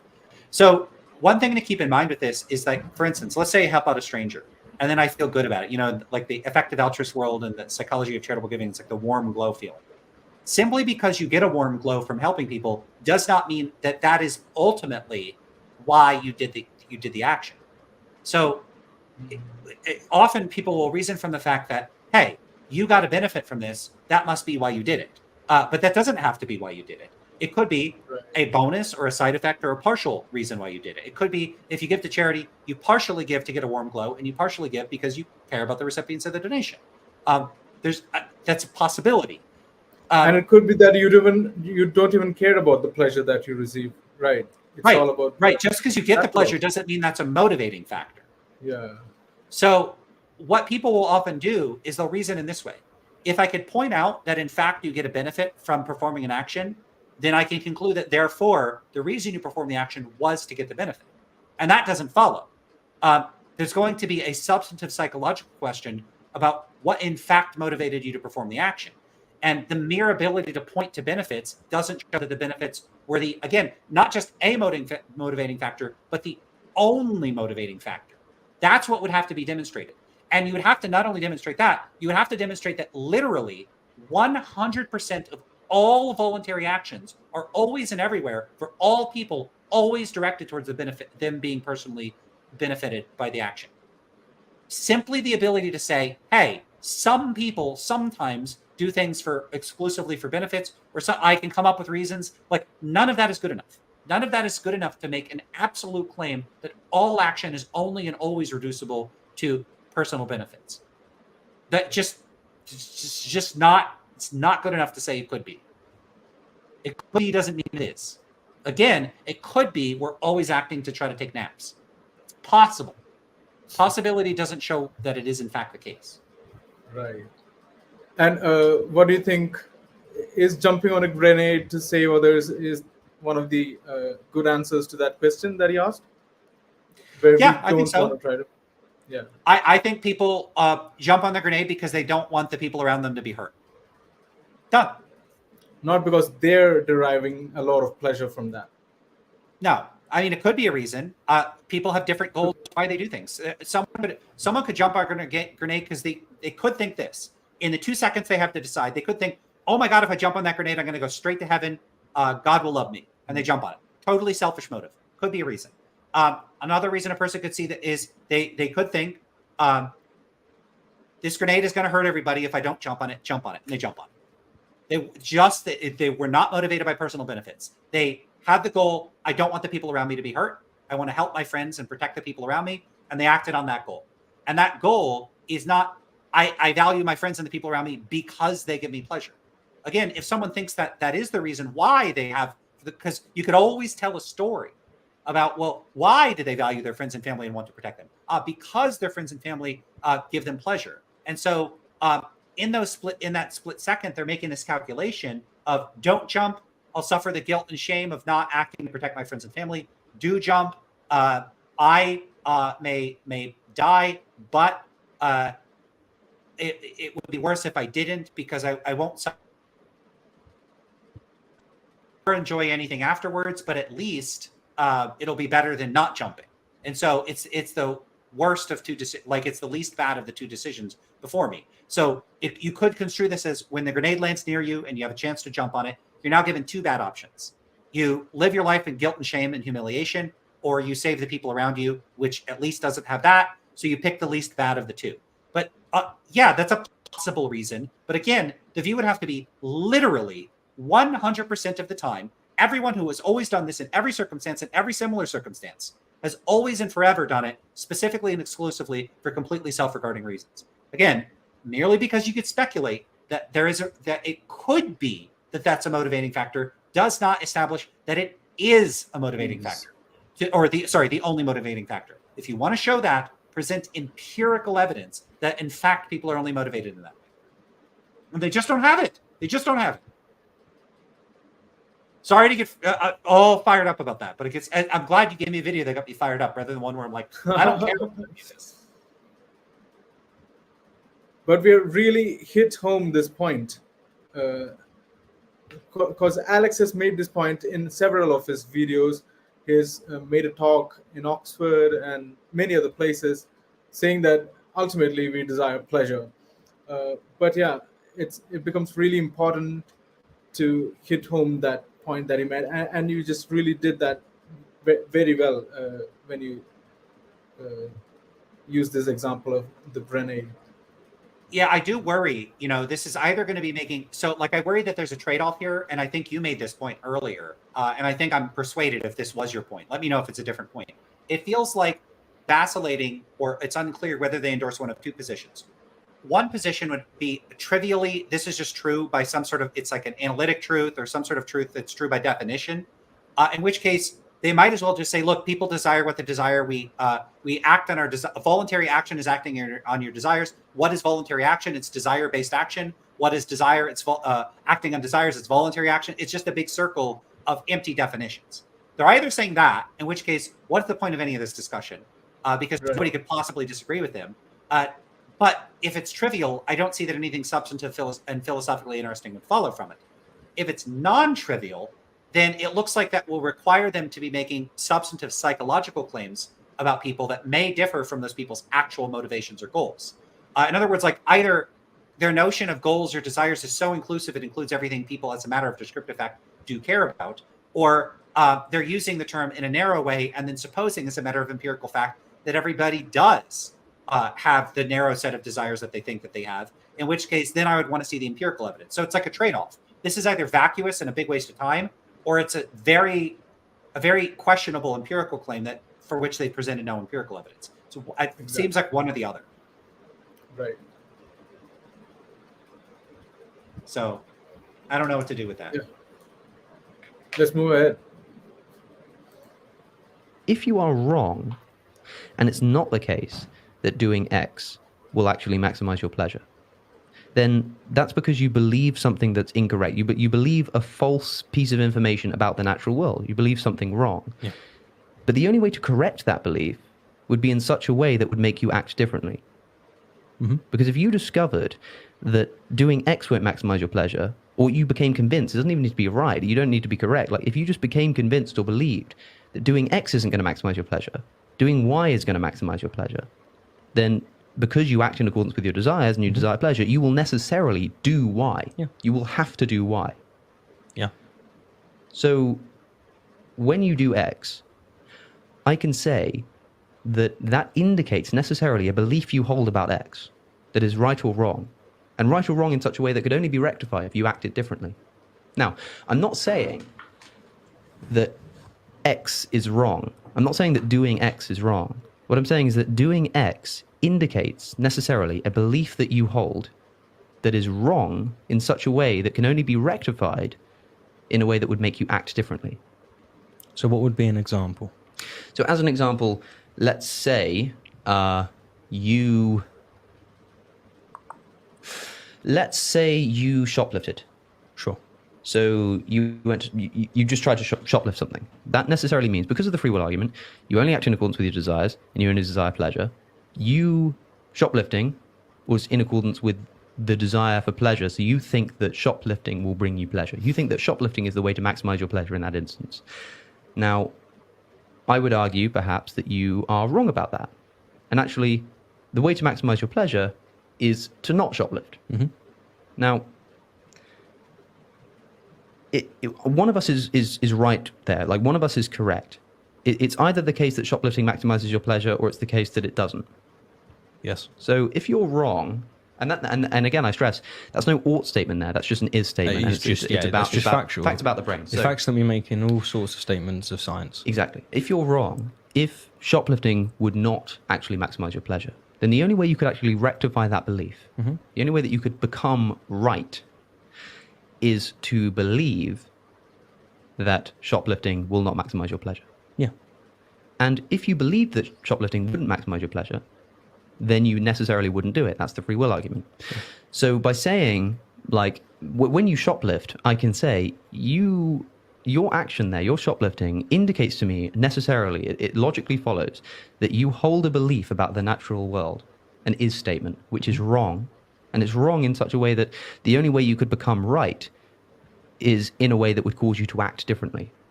Yes. So you're wrong in a way that can only be rectified if you act differently. Mm-hmm. I'm not saying what you're doing is wrong and to correct yourself, act differently. I'm saying that what you're doing indicates wrongness, and to become right, it would follow that you would act differently. Would it be fair to say that you're saying what they're doing is wrong because their facts are incorrect? No, what they're doing is not wrong. This is the important thing. Or would it be fair to say that what they are doing, their actions, are not conducive to their goal? And the reason because it's not conducive is because their is statements, their factual statements, are incorrect. Yeah, so that's right, and that's essentially where we would find agreement. But the important point to note and the important point to add is that, I can say that doing that shoplifting isn't conducive to your goal. Mm-hmm. But I can also say, like, I know what your goal is, And I know that if you became convinced that doing this isn't conducive to your goal, you would act differently, like as a matter of fact, as necessity, because there's no free will. And we can perfectly agree on that because we both agree with the free will argument. And again, if you don't, then you're going to have to... Yeah, you can watch those videos. Yeah. But it just becomes the case that we have kind of fell into an agent-based ethical theory. Because... I will note they're referencing another video, so maybe they have an argument for this view in other videos. No, I think they're only talking about the free will videos in which they're debunking free will. Yeah. Yeah, I really want to know what convinced them of this. So, do you agree that the argument is valid? Do you think the argument is valid? I only have a problem with the first premise, but I think the argument overall is valid. The conclusion is valid, but I also think that it's kind of trivial. I don't think that it adds the normativity that Alex thinks that it does. I don't know if you're I don't know that there's a single argument running through this, but if there is, I would have to sit down and try to work out what it might be. So I'm not able to assess validity. I'm more cautious with doing that. So I don't know. I mean, I'm not seeing like an obviously invalid inference in some misstructured argument. I'm just there's a premise that I have a serious problem with, which is premise one of this set of three premises that they have. Right. I mean, premise three might be just a semantic thing that they could restructure it and then I'd be okay with it. The second premise I'm fine with, which is cool, is that we're on the same page about that. But yeah, just this ultimately we only desire pleasure. Again, that might be a tautology. So you might just end up either getting something vacuous out of this or it's just going to be wrong. Like, I'll just be like, premise one is false or trivial. Hey, at least it doesn't seem meaningless. Upgrade for moral realism. Like I say, I still can't say that an action is wrong, but I can say that an action indicates a belief that you hold as an agent that is right or wrong. And if you're wrong, the only way you can become right is if you acted differently. And if you're right, the only way you can become wrong is if you acted differently. Yeah. But it's not the act that's right or wrong. It's you and your beliefs that are right or wrong. And the act simply indicates which beliefs you hold. Because the beliefs are what cause the act, right? But look, this is practically indistinguishable from ethics. Like if I said to you... It is, yeah. If I said to you, you know, shoplifting is wrong... in order to become right, you should not shoplift. That's essentially no different from me saying shoplifting indicates that you're wrong, and the only way to become right is like saying in such a way that you would murder shoplift. is wrong. Yeah, it's not wrong. Now, I know that sounds mental, but this is what we're talking about. It's not murder isn't wrong, but murder indicates wrong for you to murder. The act of murder indicates a belief that you hold that is wrong. Exactly. That can only become right in such a way that would cause you not to murder. Yeah. Now, this is important because remember the definition of should I came up with earlier, and you'll see why I like this definition now, because should, in my book, simply means if you saw things the way I saw them, you wouldn't do this, or you would do this. Should, shouldn't, or should. So when I say you shouldn't shoplift, I mean if you could see things the way that I saw them, you wouldn't shoplift. What I mean by that is if you could believe the same things I believe, which is that shoplifting will not maximize your pleasure, then you would not do it. And I know you wouldn't do it because you have to act in accordance with what you think will maximize your pleasure. Do you see what I'm saying there? I do see what you're saying. And what I can say is that I agree. And I think that the free will argument, the deterministic argument, if you will, just makes it stronger. I'm not necessarily sure if it's needed to make the point. But do you think that's a bad example that he comes up with? I mean, the shoplifting example. Yeah. Yeah, I mean, there's just an issue that shoplifting could be in someone's interest. Like he could be wrong about what will make him happy or not. Yeah, I mean, there could be an example in which he shoplifts and his pleasure is maximized, and he somehow gets away with shoplifting. And I think that's just a bad example that Alex came up with. But then he'll have to... I think there's a presumption here, which is that he's correct that shoplifting won't increase their pleasure. So if you saw things the way I do, and I'm correct that shoplifting won't increase your pleasure, then you would not shoplift. Right. Something like that. It's just, you could pick a different example. I don't think it's a huge deal. Yeah. Okay. You can give the benefit of In the any doubt case. there. Yeah.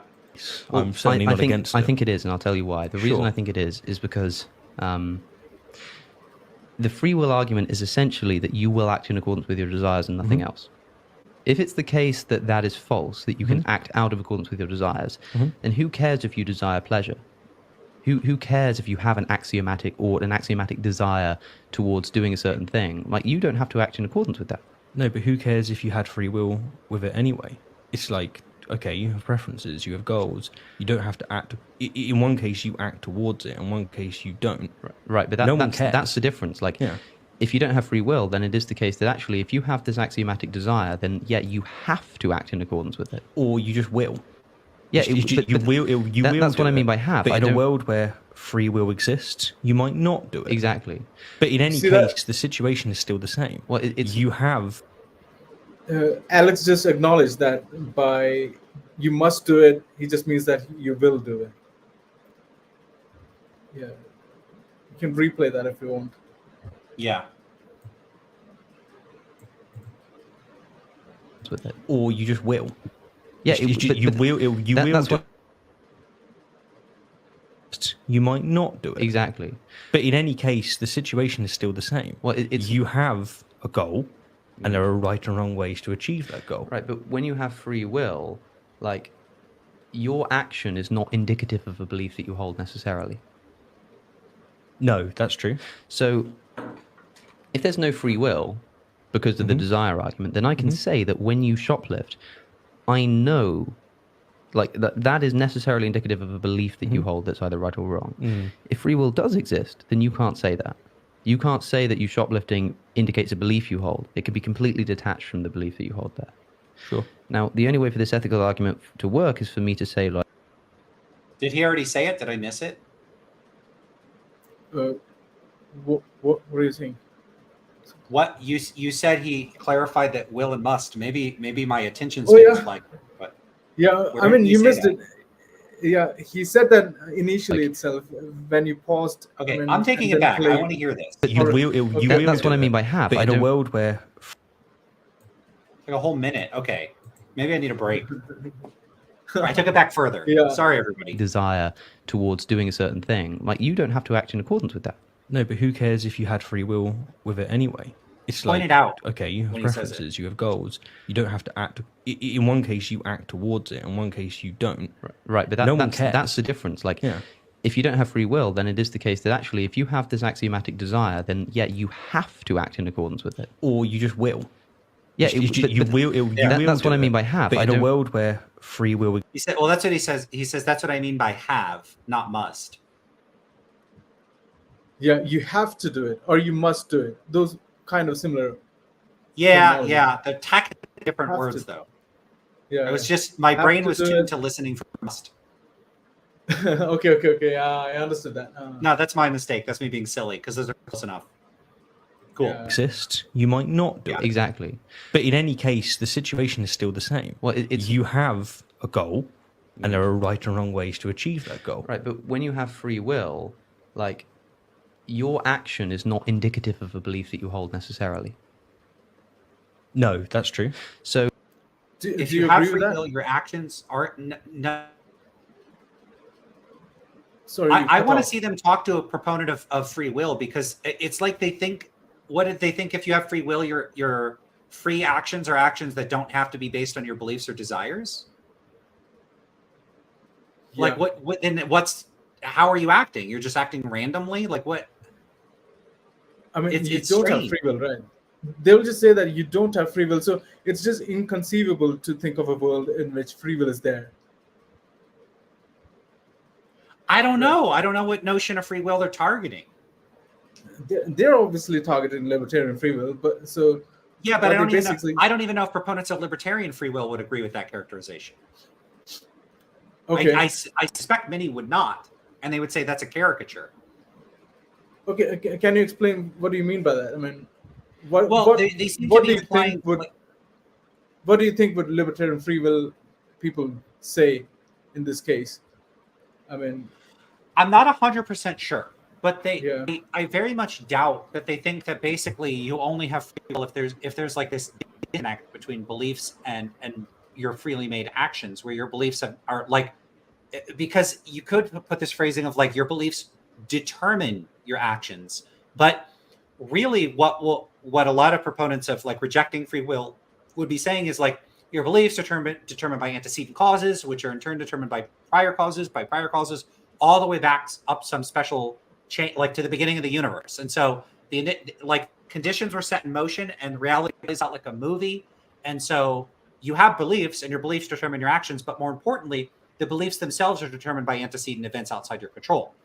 A proponent of free will might think, look, my beliefs are importantly related to my subsequent actions. Like, okay, so a person that treats their wife a certain way, how could they freely choose to treat their wife the way that they do if they don't believe that their wife is their wife? So like beliefs play an important role in how a person exercises their free will, I would think, on a free will view. That doesn't mean that the person has to think that the beliefs are like fully determine all of their actions, like in a way that goes back to antecedent conditions. They might think that the beliefs are in some sense under some type of control by the person that's not fully reducible to like this like the initial conditions of the universe. They might think something like that. I don't think like the way they're framing it as though beliefs would have to somehow be disconnected from action fully. That's what it sounds like, and it sounds weird. Let me take a look at what they say there again.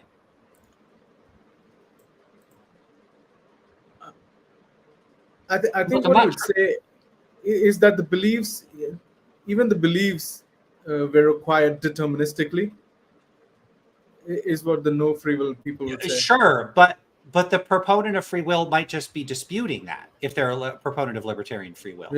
So they would say, look, the beliefs are playing a role in my decisions, but they're not fully determinative in some way that goes back to the initial conditions of the universe. There's room between beliefs are irrelevant to decision making and beliefs fully and exclusively determine one's decisions in such a way that you don't have libertarian free will.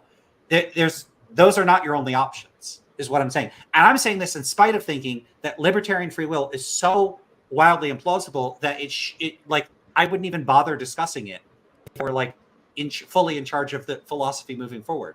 But that's like my animus towards views that have I think wonky metaphysics. But that's just not what the proponent of those versions of free will would think. And so if your goal there is to represent those views, you still got to do them their justice. Yeah, I mean, because these guys are just agreeing with the no free will thing. I mean, that's why they're saying that's the case. I mean, your beliefs will determine your actions. Beliefs and desires combined will determine your actions. They agree on that. Maybe they'll talk in some other terms. Maybe they'll try to convince an LFW guy into no free will before presenting this argument. Sure. I mean, this is a bit like me saying, look, the libertarian free will position is guilty, but this piece of evidence is not good evidence. It's kind of like that, where I'm not saying libertarian free will has a shot. I'm saying, like, their way of framing it seems a little unfair to the position. But I want to hear that again and then keep going. Exactly.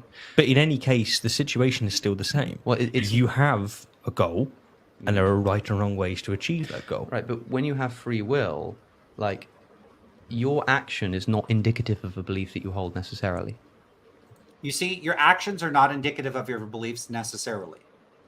That seems a little strange to me. I'm not entirely sure what he meant by that. I'll try to explain what he means by that. So if you don't have free will and we have certain beliefs and we have certain desires, we will act in accordance with those beliefs and desires.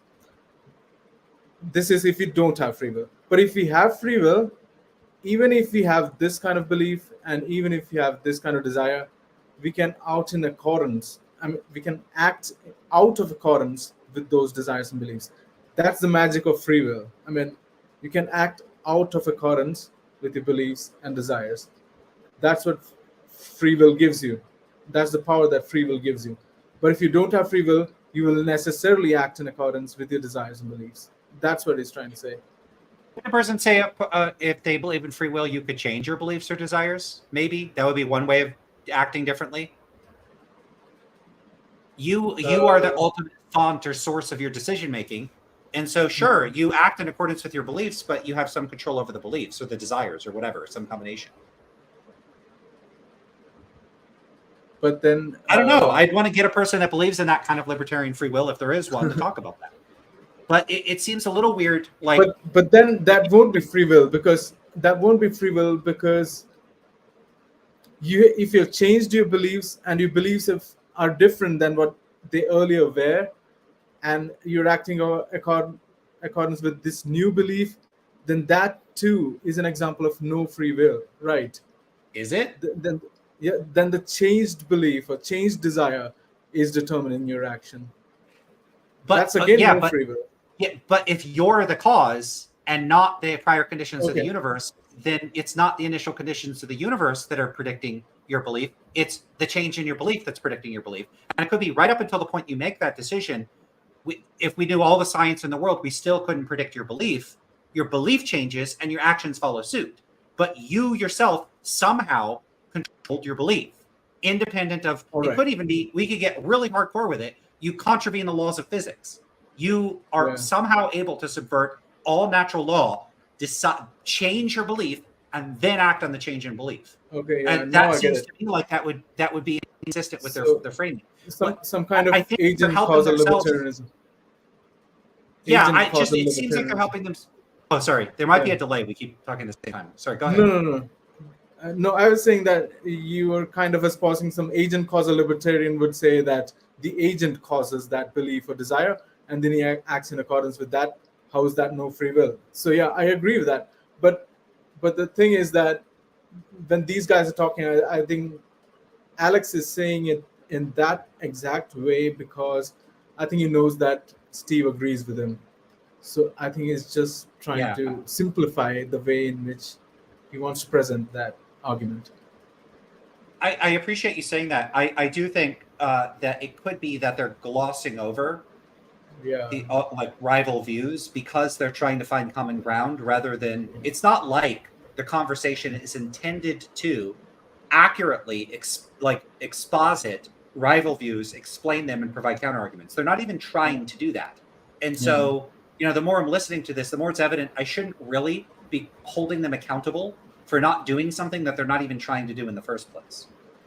Like if I'm talking to one of my friends privately about, why I think non-naturalist realism is silly, someone listening to that conversation could go, but where are his arguments for that? And why, if I'm talking to a friend privately, would I be presenting arguments? What's the point? Yeah, exactly. So, you make a good point there.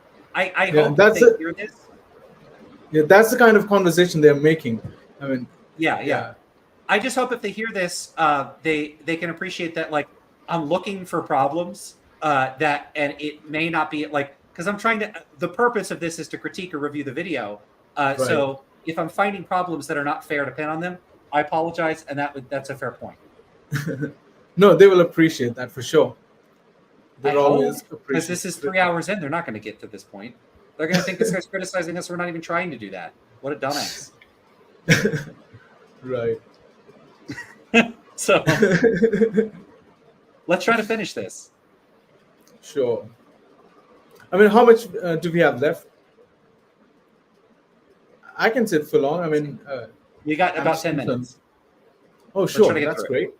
Yeah. No, that's true. So if there's no free will because of the desire argument, then I can say that when you shoplift, I know that is necessarily indicative of a belief that you hold that's either right or wrong. If free will does exist, then you can't say that. You can't say that you shoplifting indicates a belief you hold. It can be completely detached from the belief that you hold there. Sure. Now, the only way for this ethical argument to work is for me to say, your action indicates that you're doing something wrong, that you believe something wrong, that can only be corrected in a way that would make you act differently. If you remove the element of saying that the action indicates a belief that can be right or wrong, then you can't make that next step, which is to say that to rectify your right or wrong belief, you'd have to act differently. I think you can, but it's not you're not rectifying the belief per se. You're rectifying, you're correcting them on facts that they have that's wrong. So here's the scenario. If I can paint it, the way I'm looking at it, and then you tell me how you're looking at it, and then we can see where that's going wrong. or where we're disagreeing. You have somebody that's shoplifting, and this person's shoplifting because he believes that the best way for him to feed his family is to steal. And I'm looking by on the side, and I'm saying that's not the best way to feed your family. I understand that your goal, your ought, if you will, stay with goal. Your goal is to feed your family. But importantly, and I don't mean to interrupt, but like, Sure. like we just agreed earlier, the goal isn't to feed the family. You can break that down. You can break it down. The goal is still pleasure. But still, in this context, it manifests as that. Like that's the step that he's taking to fulfill his own pleasure. But who cares? But the way, I don't think care matters. Like who cares if his goal is to maximize his pleasure by feeding his family? Like my point he doesn't would have be, to act in accordance with that. Who cares if he has free will or not in this situation? The fact's still the same. This person wants ultimately to increase his own pleasure, but how that manifests at this particular time is that he thinks to fulfill my own pleasure. He may even not think this consciously, it may be unconsciously, but to him it's, I need to feed my family. And he thinks the best way to achieve that is by stealing food. I don't see how free will and not having free will changes that scenario whatsoever. Because if you follow it through, I would say that the result's the same. And that is me coming up to him or someone else coming up to him and saying, listen, you're wrong about the is statement, which is, this is the best way for me to feed my family, stealing it. You can say, no, you're better. It is the case that if you work for it, you'll feed your family, and you won't necessarily have repercussions of going to prison where you're not even going to be able to feed your family for maybe months. You know, it could be years, depending on the seriousness and the context of wherever he's stealing from. In that case, you're still saying, it doesn't matter if he has free will or not. You're just saying that you're operating under that assumption, just saying he's wrong. His facts are wrong. The reason it matters for me is because, like, you've essentially just made the free will argument, which is that, look, if you feel that the best way to achieve your goal is to feed your family, then you will feel, I need to feed my family. Which is that if you think, if you have this goal, and that goal is pleasure, as we've already agreed, like whatever goal you have, it's ultimately broken down to pleasure. So this man has this goal, and you say, if he thinks the best way to achieve that goal is to feed his family, then he'll feel like he needs to do it. Well, yeah, that means he has no free will. That is the free will argument, which is that if he believes that this is the way to achieve a goal, but I don't necessarily desire, then he must do that. I don't think that part is necessary, because you're right, and I agree with you. But what I'm saying is that whether or not that person has free will is irrelevant to me saying that if that is that person's goal, then that is not the best way to achieve it. That is the best way to achieve it, given this circumstance, given this situation. So it's the cunt situation there. Yeah, but what you can't say is that, like, let's take this guy. I can't say he will act that way. I can just say you do what you want with that information. But here I've corrected. But that's the problem, right? So you can just say, like, that's not the best way to maximize this goal, and he could just be like, well, I disagree with you. Like, so what? Like, or even if I agree with you, like, so what? Like, it doesn't make a difference. The only reason why it would make a difference to someone. No, I don't agree with that. Why wouldn't that make a difference? Because the only reason that it would make a difference to say to someone, if you say to someone, actually, the best way to maximize your goal that you're trying to achieve is to do this instead. The only way that would mean something to someone is if that was enough to compel them to act differently.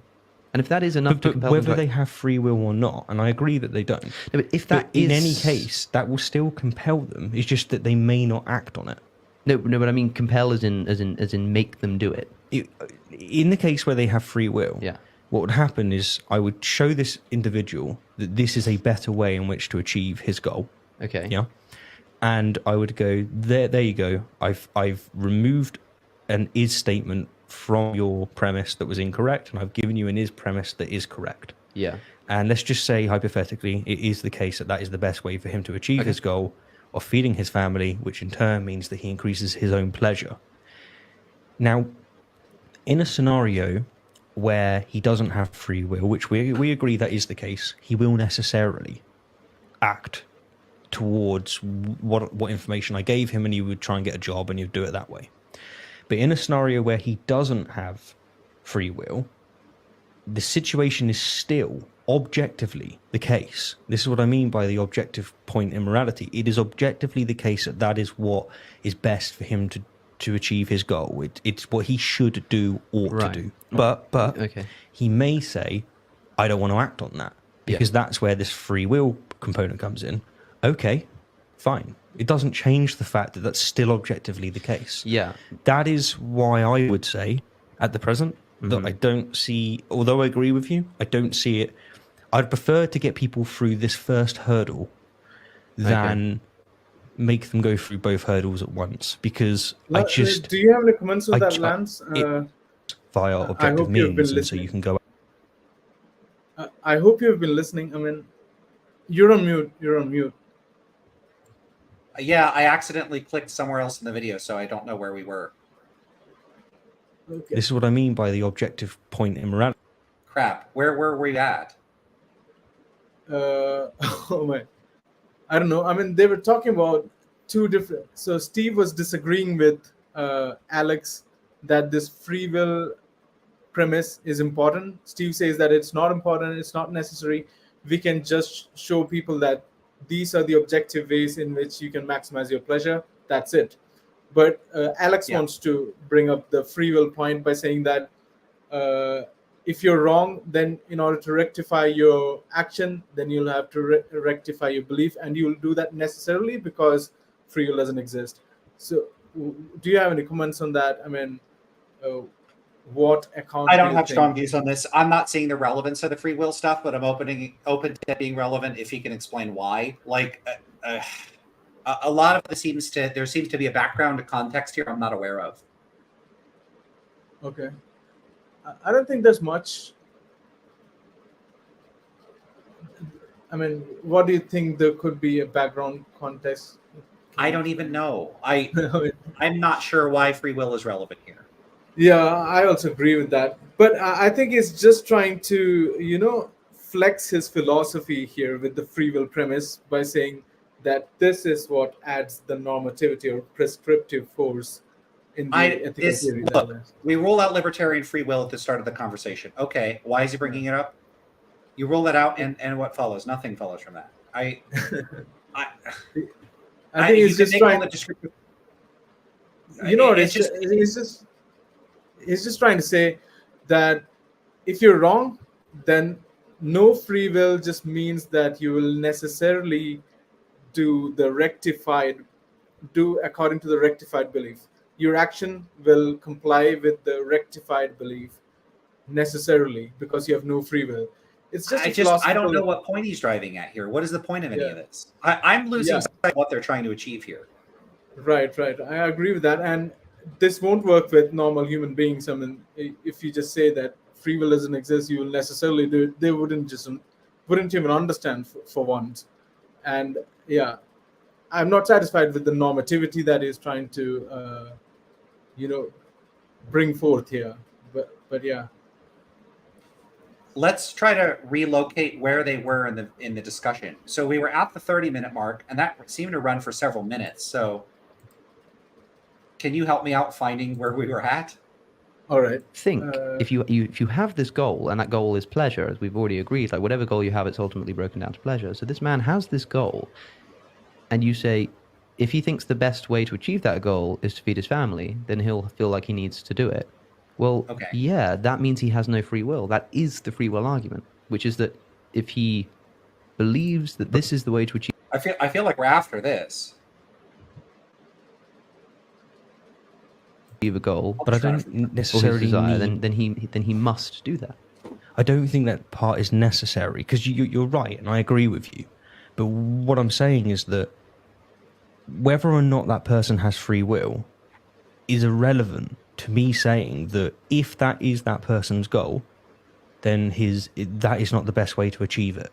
That is the best way to achieve it, given this circumstance, given this situation. So it's the current situation. There. Yeah, But what you can't say is that, like, let's take this guy. I can't say he will act that way. I can just say you do what you want with that information. But here I've corrected you. must That's be the problem. Right? tired. So you can just say like, that's not Like, the did best I way to hear this? I maximize can't hear- this goal, and he could just be like, well, I disagree with you. Like, so what? Like, or even if I agree with you, like, so what? Like, it doesn't make a difference. The only reason why it would make a difference to someone. No, I don't agree with that. Why wouldn't that make a difference? Because the only reason that it would make a difference to say to someone, if you say to someone, actually, the best way to maximize your goal that you're trying to achieve is to do this instead. The only way that would mean something to someone is if that was enough to compel them to act differently.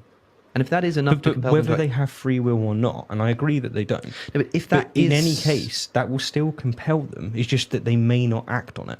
No, but I mean compel as in make them do it. In the case where they Tell have them, free but they will, may not act on it. what would That seems happen a is I would show this Yeah. individual that this I is mean, a better if way you in have which free to will, achieve his you may goal. not act on Okay. it. Yeah, and I would go there. You go. I've removed an is statement from your premise that was incorrect, and I've given you an is premise that is correct. Yeah. And let's just say hypothetically, it is the case that is the best way for him to achieve his goal of feeding his family, which in turn means that he increases his own pleasure.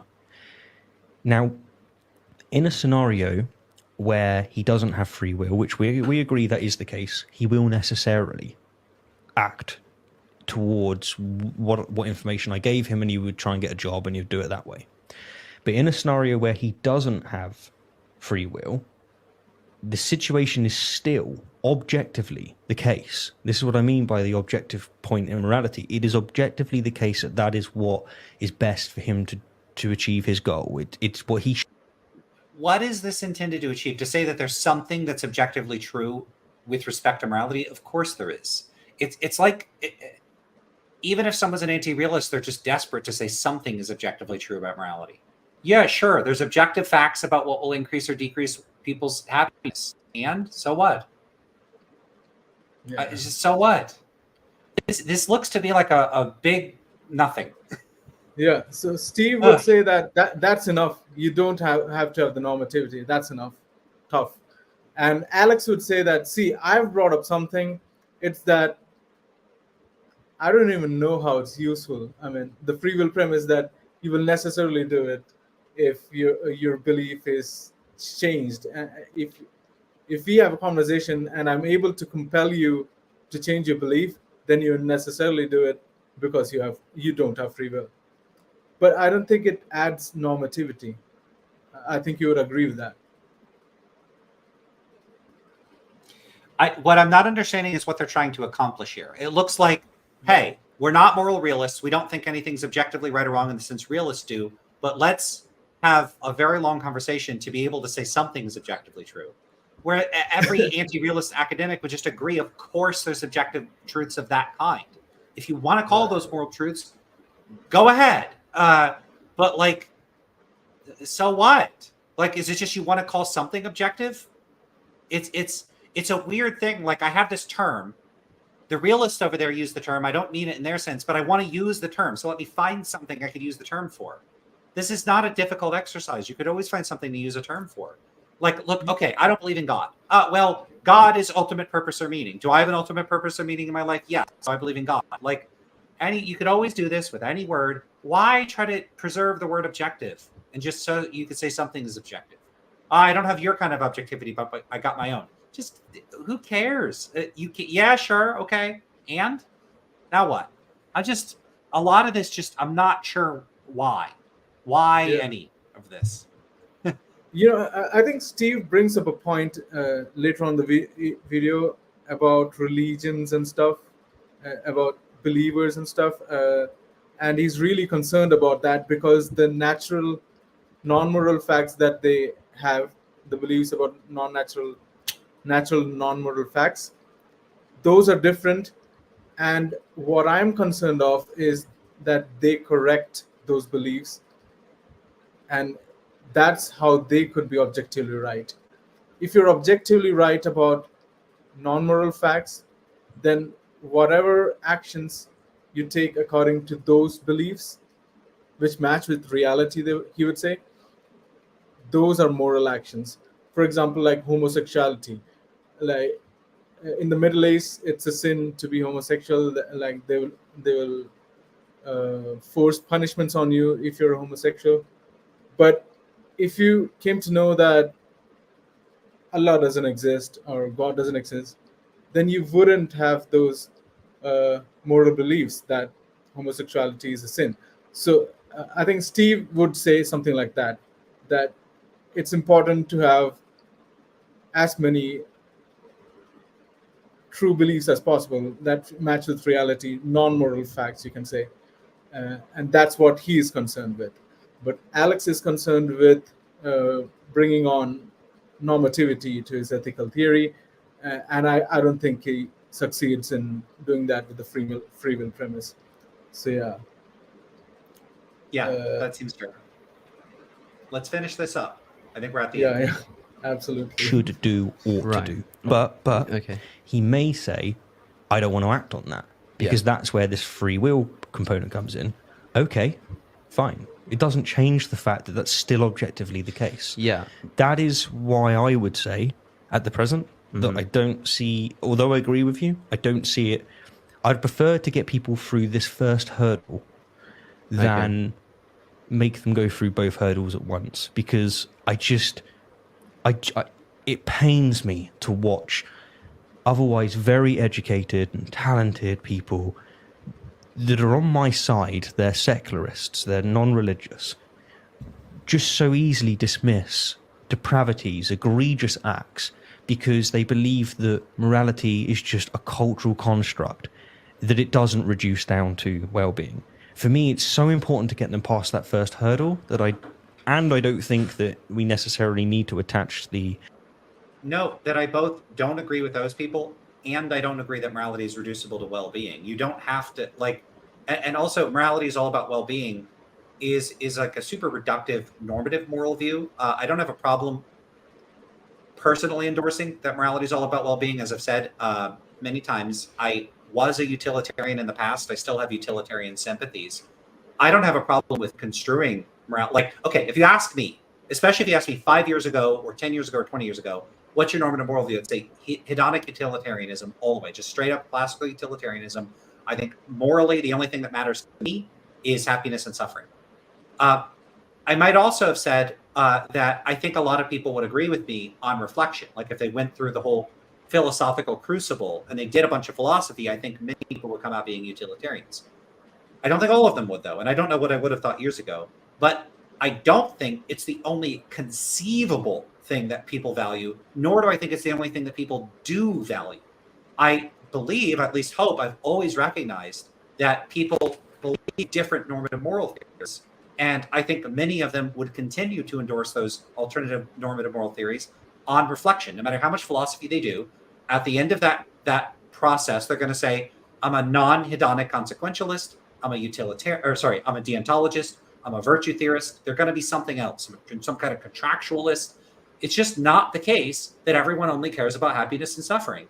I don't understand why. Like, you could say, look, I only care about happiness and suffering. I really want everyone to get on board with me and create a utilitarian utopia. Fine. But it's really weird to say everyone is a crypto utilitarian. You all secretly agree with me. Why? Why say such an incredibly strong claim? And then there's just so little reason to believe that that's true. Just so little reason to think that. I don't understand why they think this. I just don't get it. I don't get why they think this. I'd love to know why they think this is true. This is something I guess I'd have to ask them about. I have a question for you. I mean, do you think that, for example, a virtue ethicist or a deontologist can be reasoned out of that normative ethical theory and they could become a utilitarian? Or vice versa, you could take any example. Do you think that can happen? Sure. I think it probably has happened. Yeah. So do you think everybody could be reasoned out of it?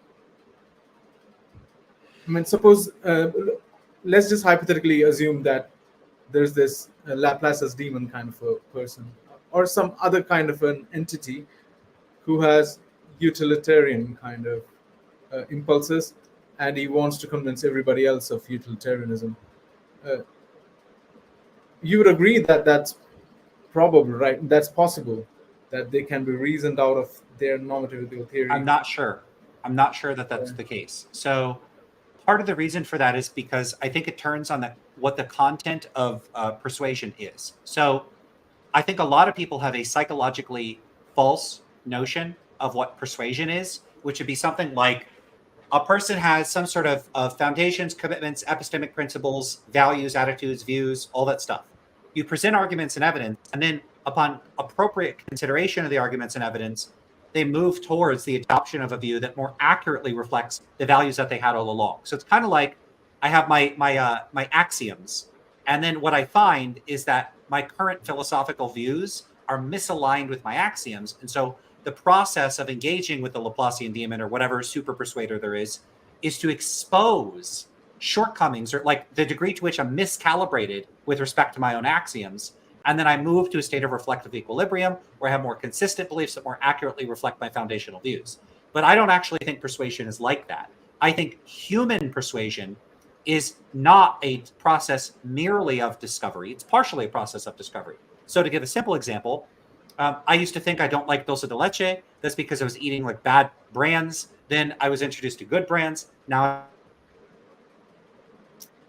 I like the good brands.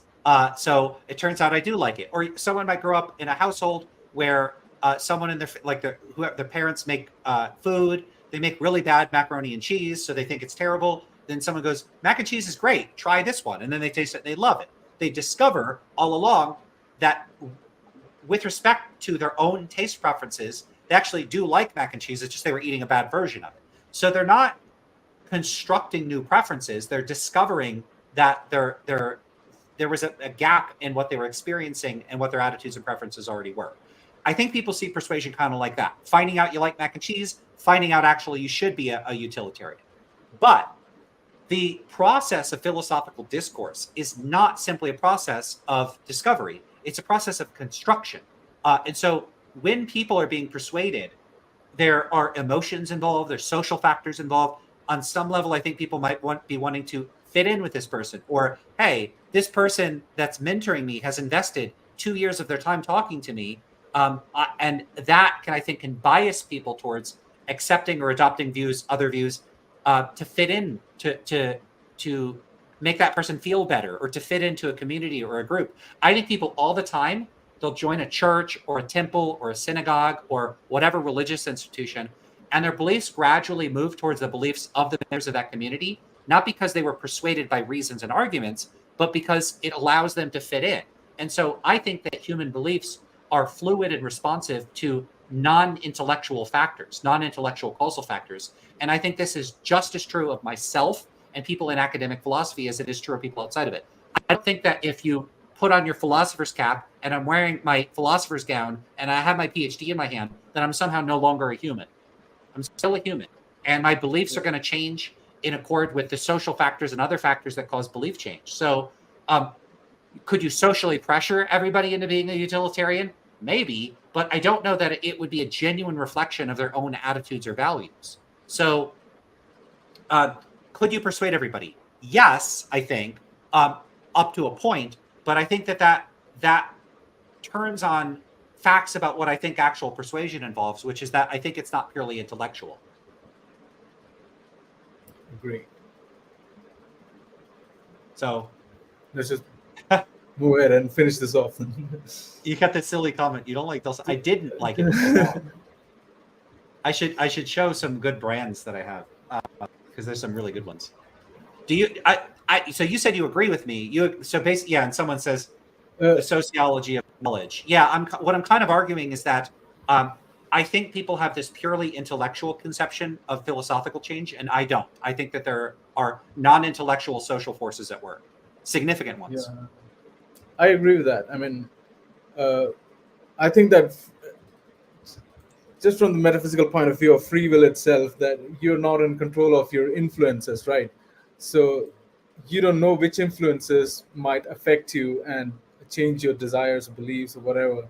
So yeah, I agree with that. Many social and cultural factors also matter. The environment, surroundings, all those factor in towards what kind of beliefs you hold. So, and that's a big topic. So let's try to wrap this up. Sure. The free will component, that I just want to get people past that hurdle. I just want people to go, crap, I was thinking about this wrong. And yes, it is wrong to, the example that Sam Harris gives, throw battery acid into the face of little girls for the crime of trying to read. That when I was espousing moral subjectivism in the past, it's not like you think murder's wrong and that's just your opinion. I think murder's right and that's just my opinion. It's like we can be right or wrong about whether or not that is conducive to pleasure. The subjective level is the desirability of pleasure. So like the subjectivity doesn't lie at the level of the action; it lies at the level of the desire, which is pleasure. But okay, look, let me. I agree with that, but we live in a world where people do make such statements. They say killing is wrong. Other people say that homosexuality is wrong.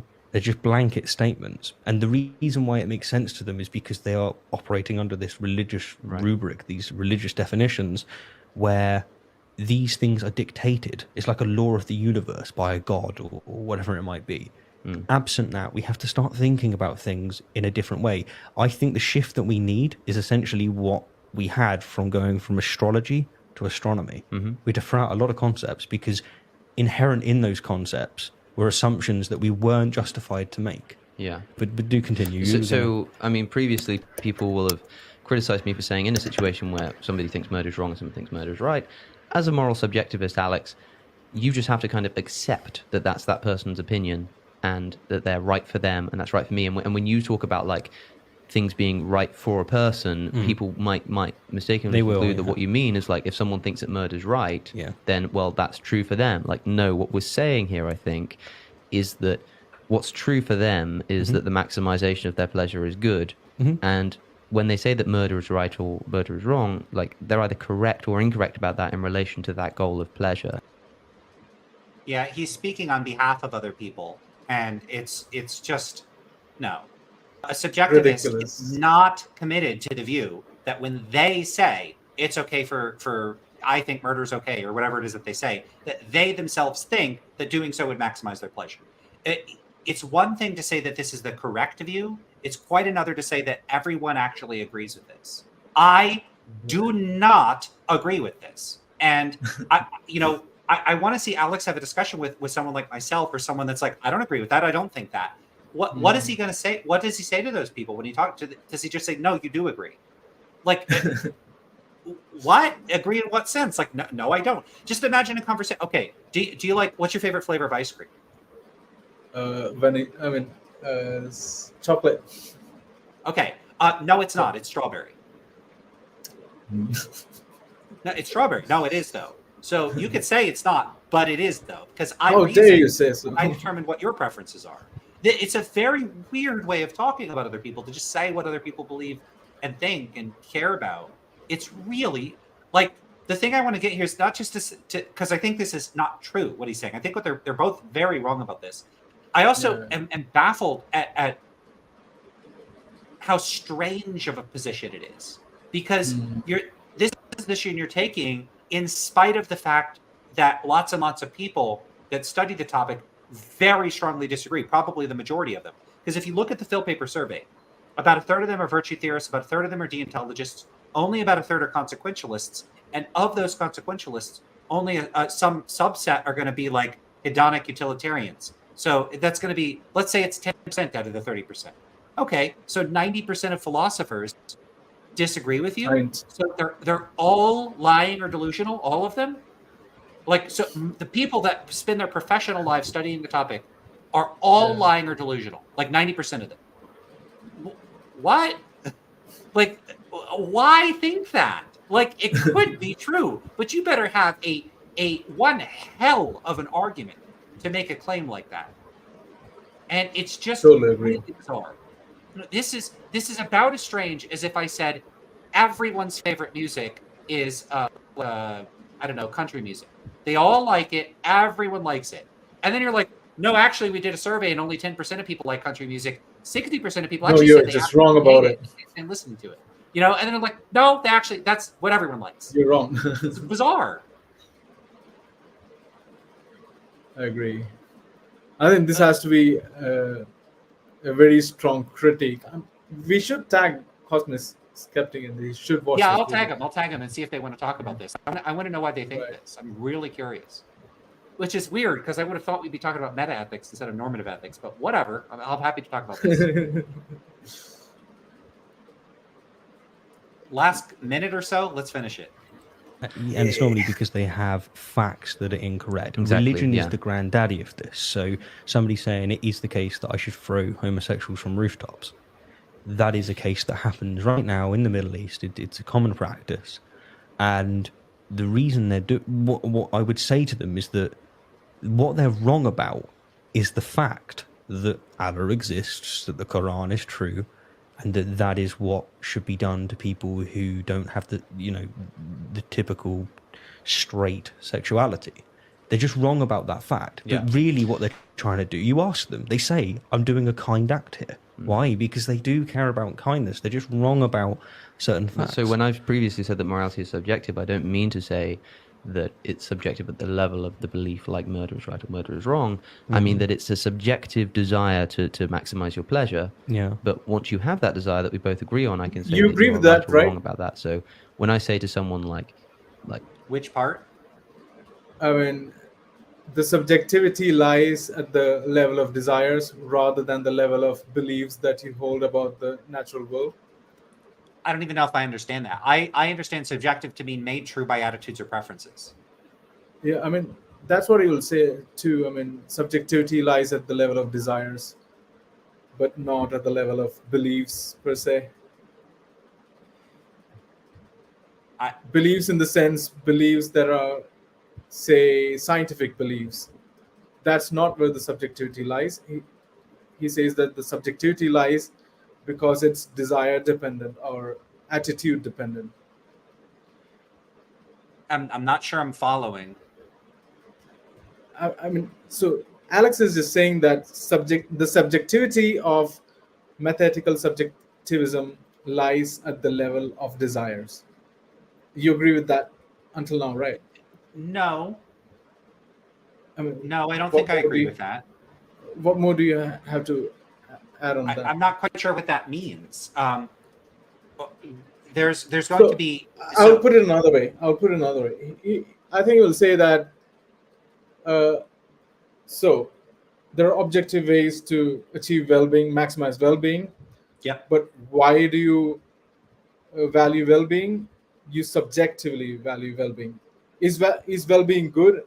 It's subjectively good. It's not an objective fact that well-being is good. Yeah, It's I mean, subjective. conditional on that being what people care about, then it would be like, I think the fact that okay, subjectivism has different uses in meta ethics, but part of it is a semantic thesis about the meaning of the sentences that people use. So I'm not a subjectivist in that sense. I would only be a subjectivist in a sort of conditional sense, where I think it's intelligible to speak of stance dependent facts. Like there's facts about what would be conducive to relative to a stance. I'm fine with that. Like, so you could say relative to this moral standard, these actions would be consistent or inconsistent with it.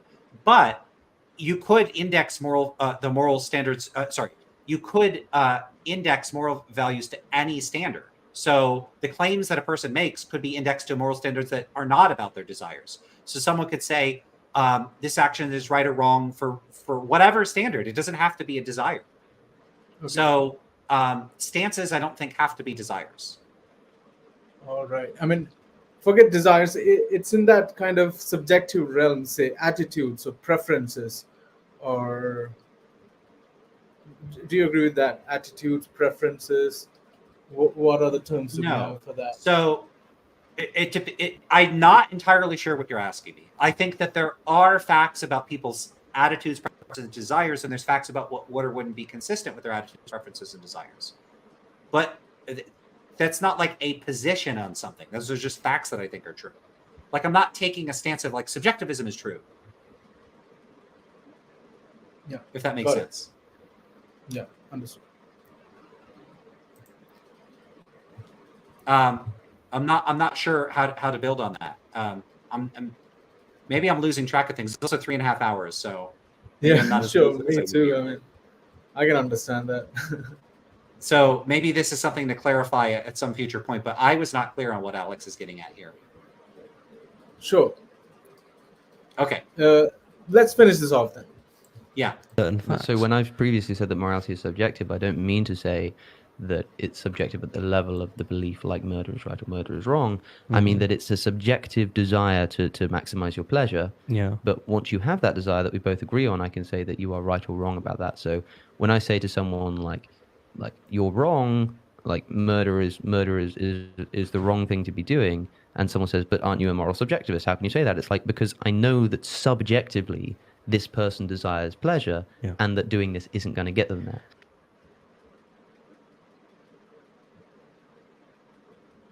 So when we say that something is objective in science, what we're saying is that it's... Oh, it started over again? I think it might have finished. You're on mute. I can't hear you. Oh, sorry.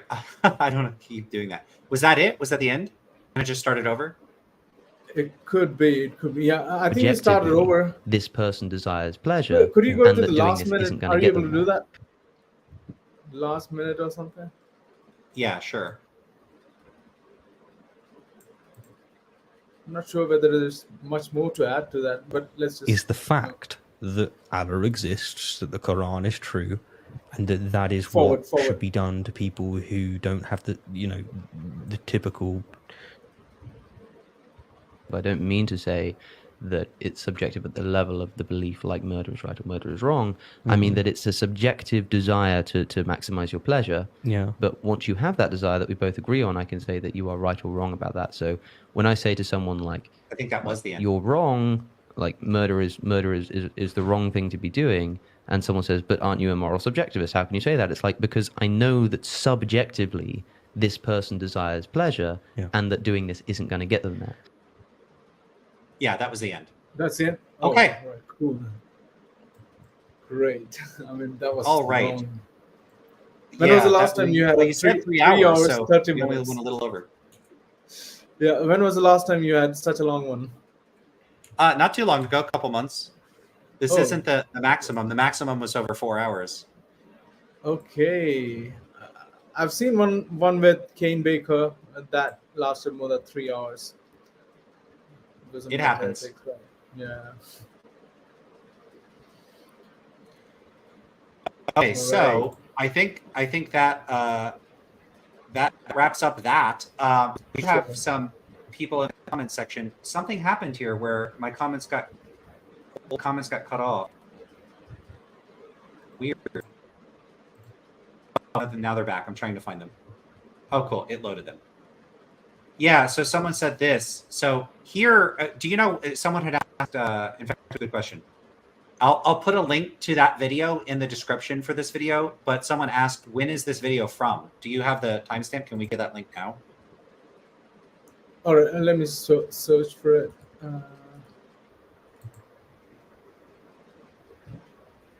Might as well answer that question now if we can. Okay. Here it is. It's 5 years ago. Okay, Yeah, so it's 5 years. it's a while ago, and Alex is subsequently, I think he now says he's an expressivist or a non-cognitivist.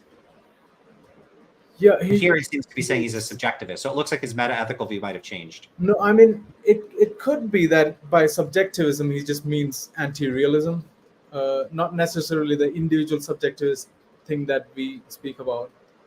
I think he just means anti-realism. But he has been non-cognitivist, emotivist for a long time. So yeah. Okay, I maybe don't that's think true. Then I'm not clear on the terminology he's using then, but Yeah.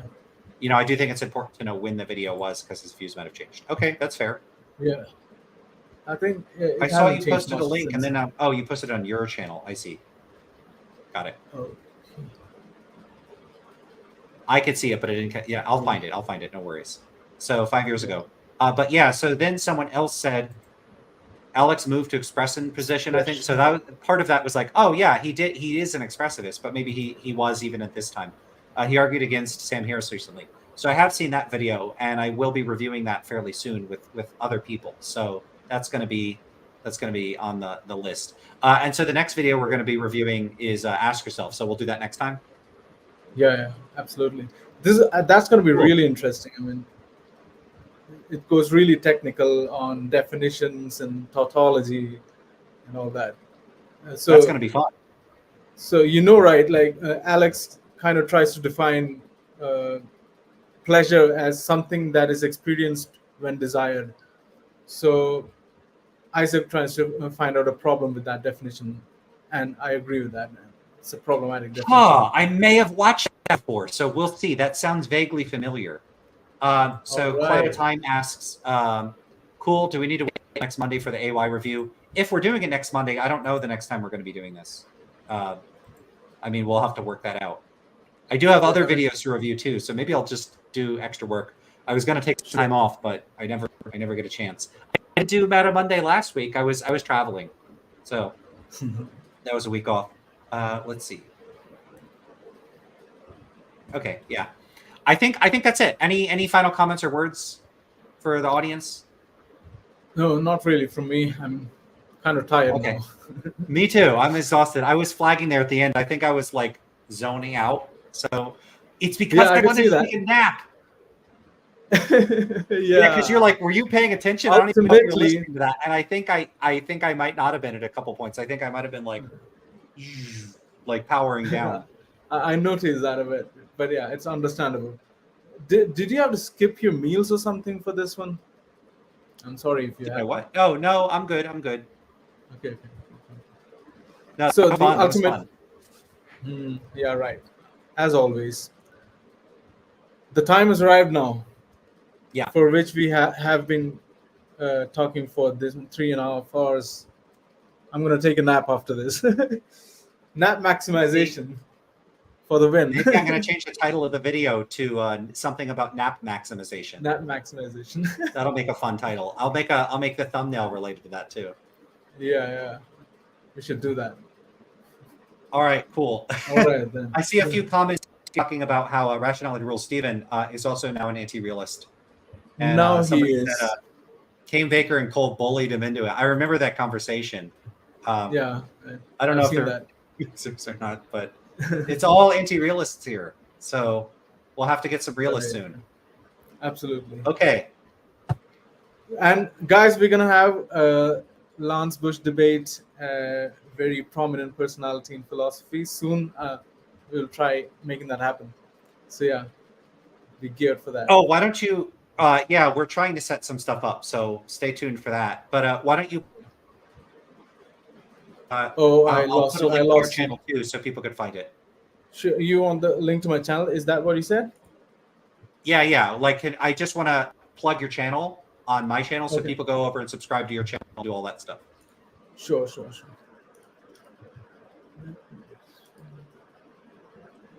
So I'll grab that from you. I'll put a link to your channel in the description too, and I'll also change it to tag Stephen and Alex in the video, and we'll also tag, I don't know, the nap channel. I don't know. That's stupid. I'm too tired to say anything meaningful. Oh my God, this would be fun. Lance versus Richard Brown, round 2. I'd be happy to talk to Richard Brown. That was a fun one because it was kind of a little bit like at the beginning, but we mellowed out. Richard Brown is fun. I like him. So I would be happy to talk to him again. But that wasn't the one. I don't quite remember.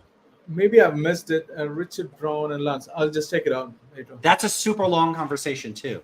Is it? Yeah. Was that a debate on metaethics? Yeah, we talked about moral realism and stuff, and then it moved into another territory. But I did have a couple funny examples in there that people seem to like. Okay. But it mellowed out and it shifted gears, and we talked about other stuff. Other debates. I don't do a lot of debates, but I'm happy to do them. I think I turned down the last couple debates I was invited to. But if people have debate ideas, this is a thing actually. If for people in the comments or people in the chat, if you think I should talk to specific people, especially about metaethics, but other stuff too, let me know in the chat, and I'm happy to do that.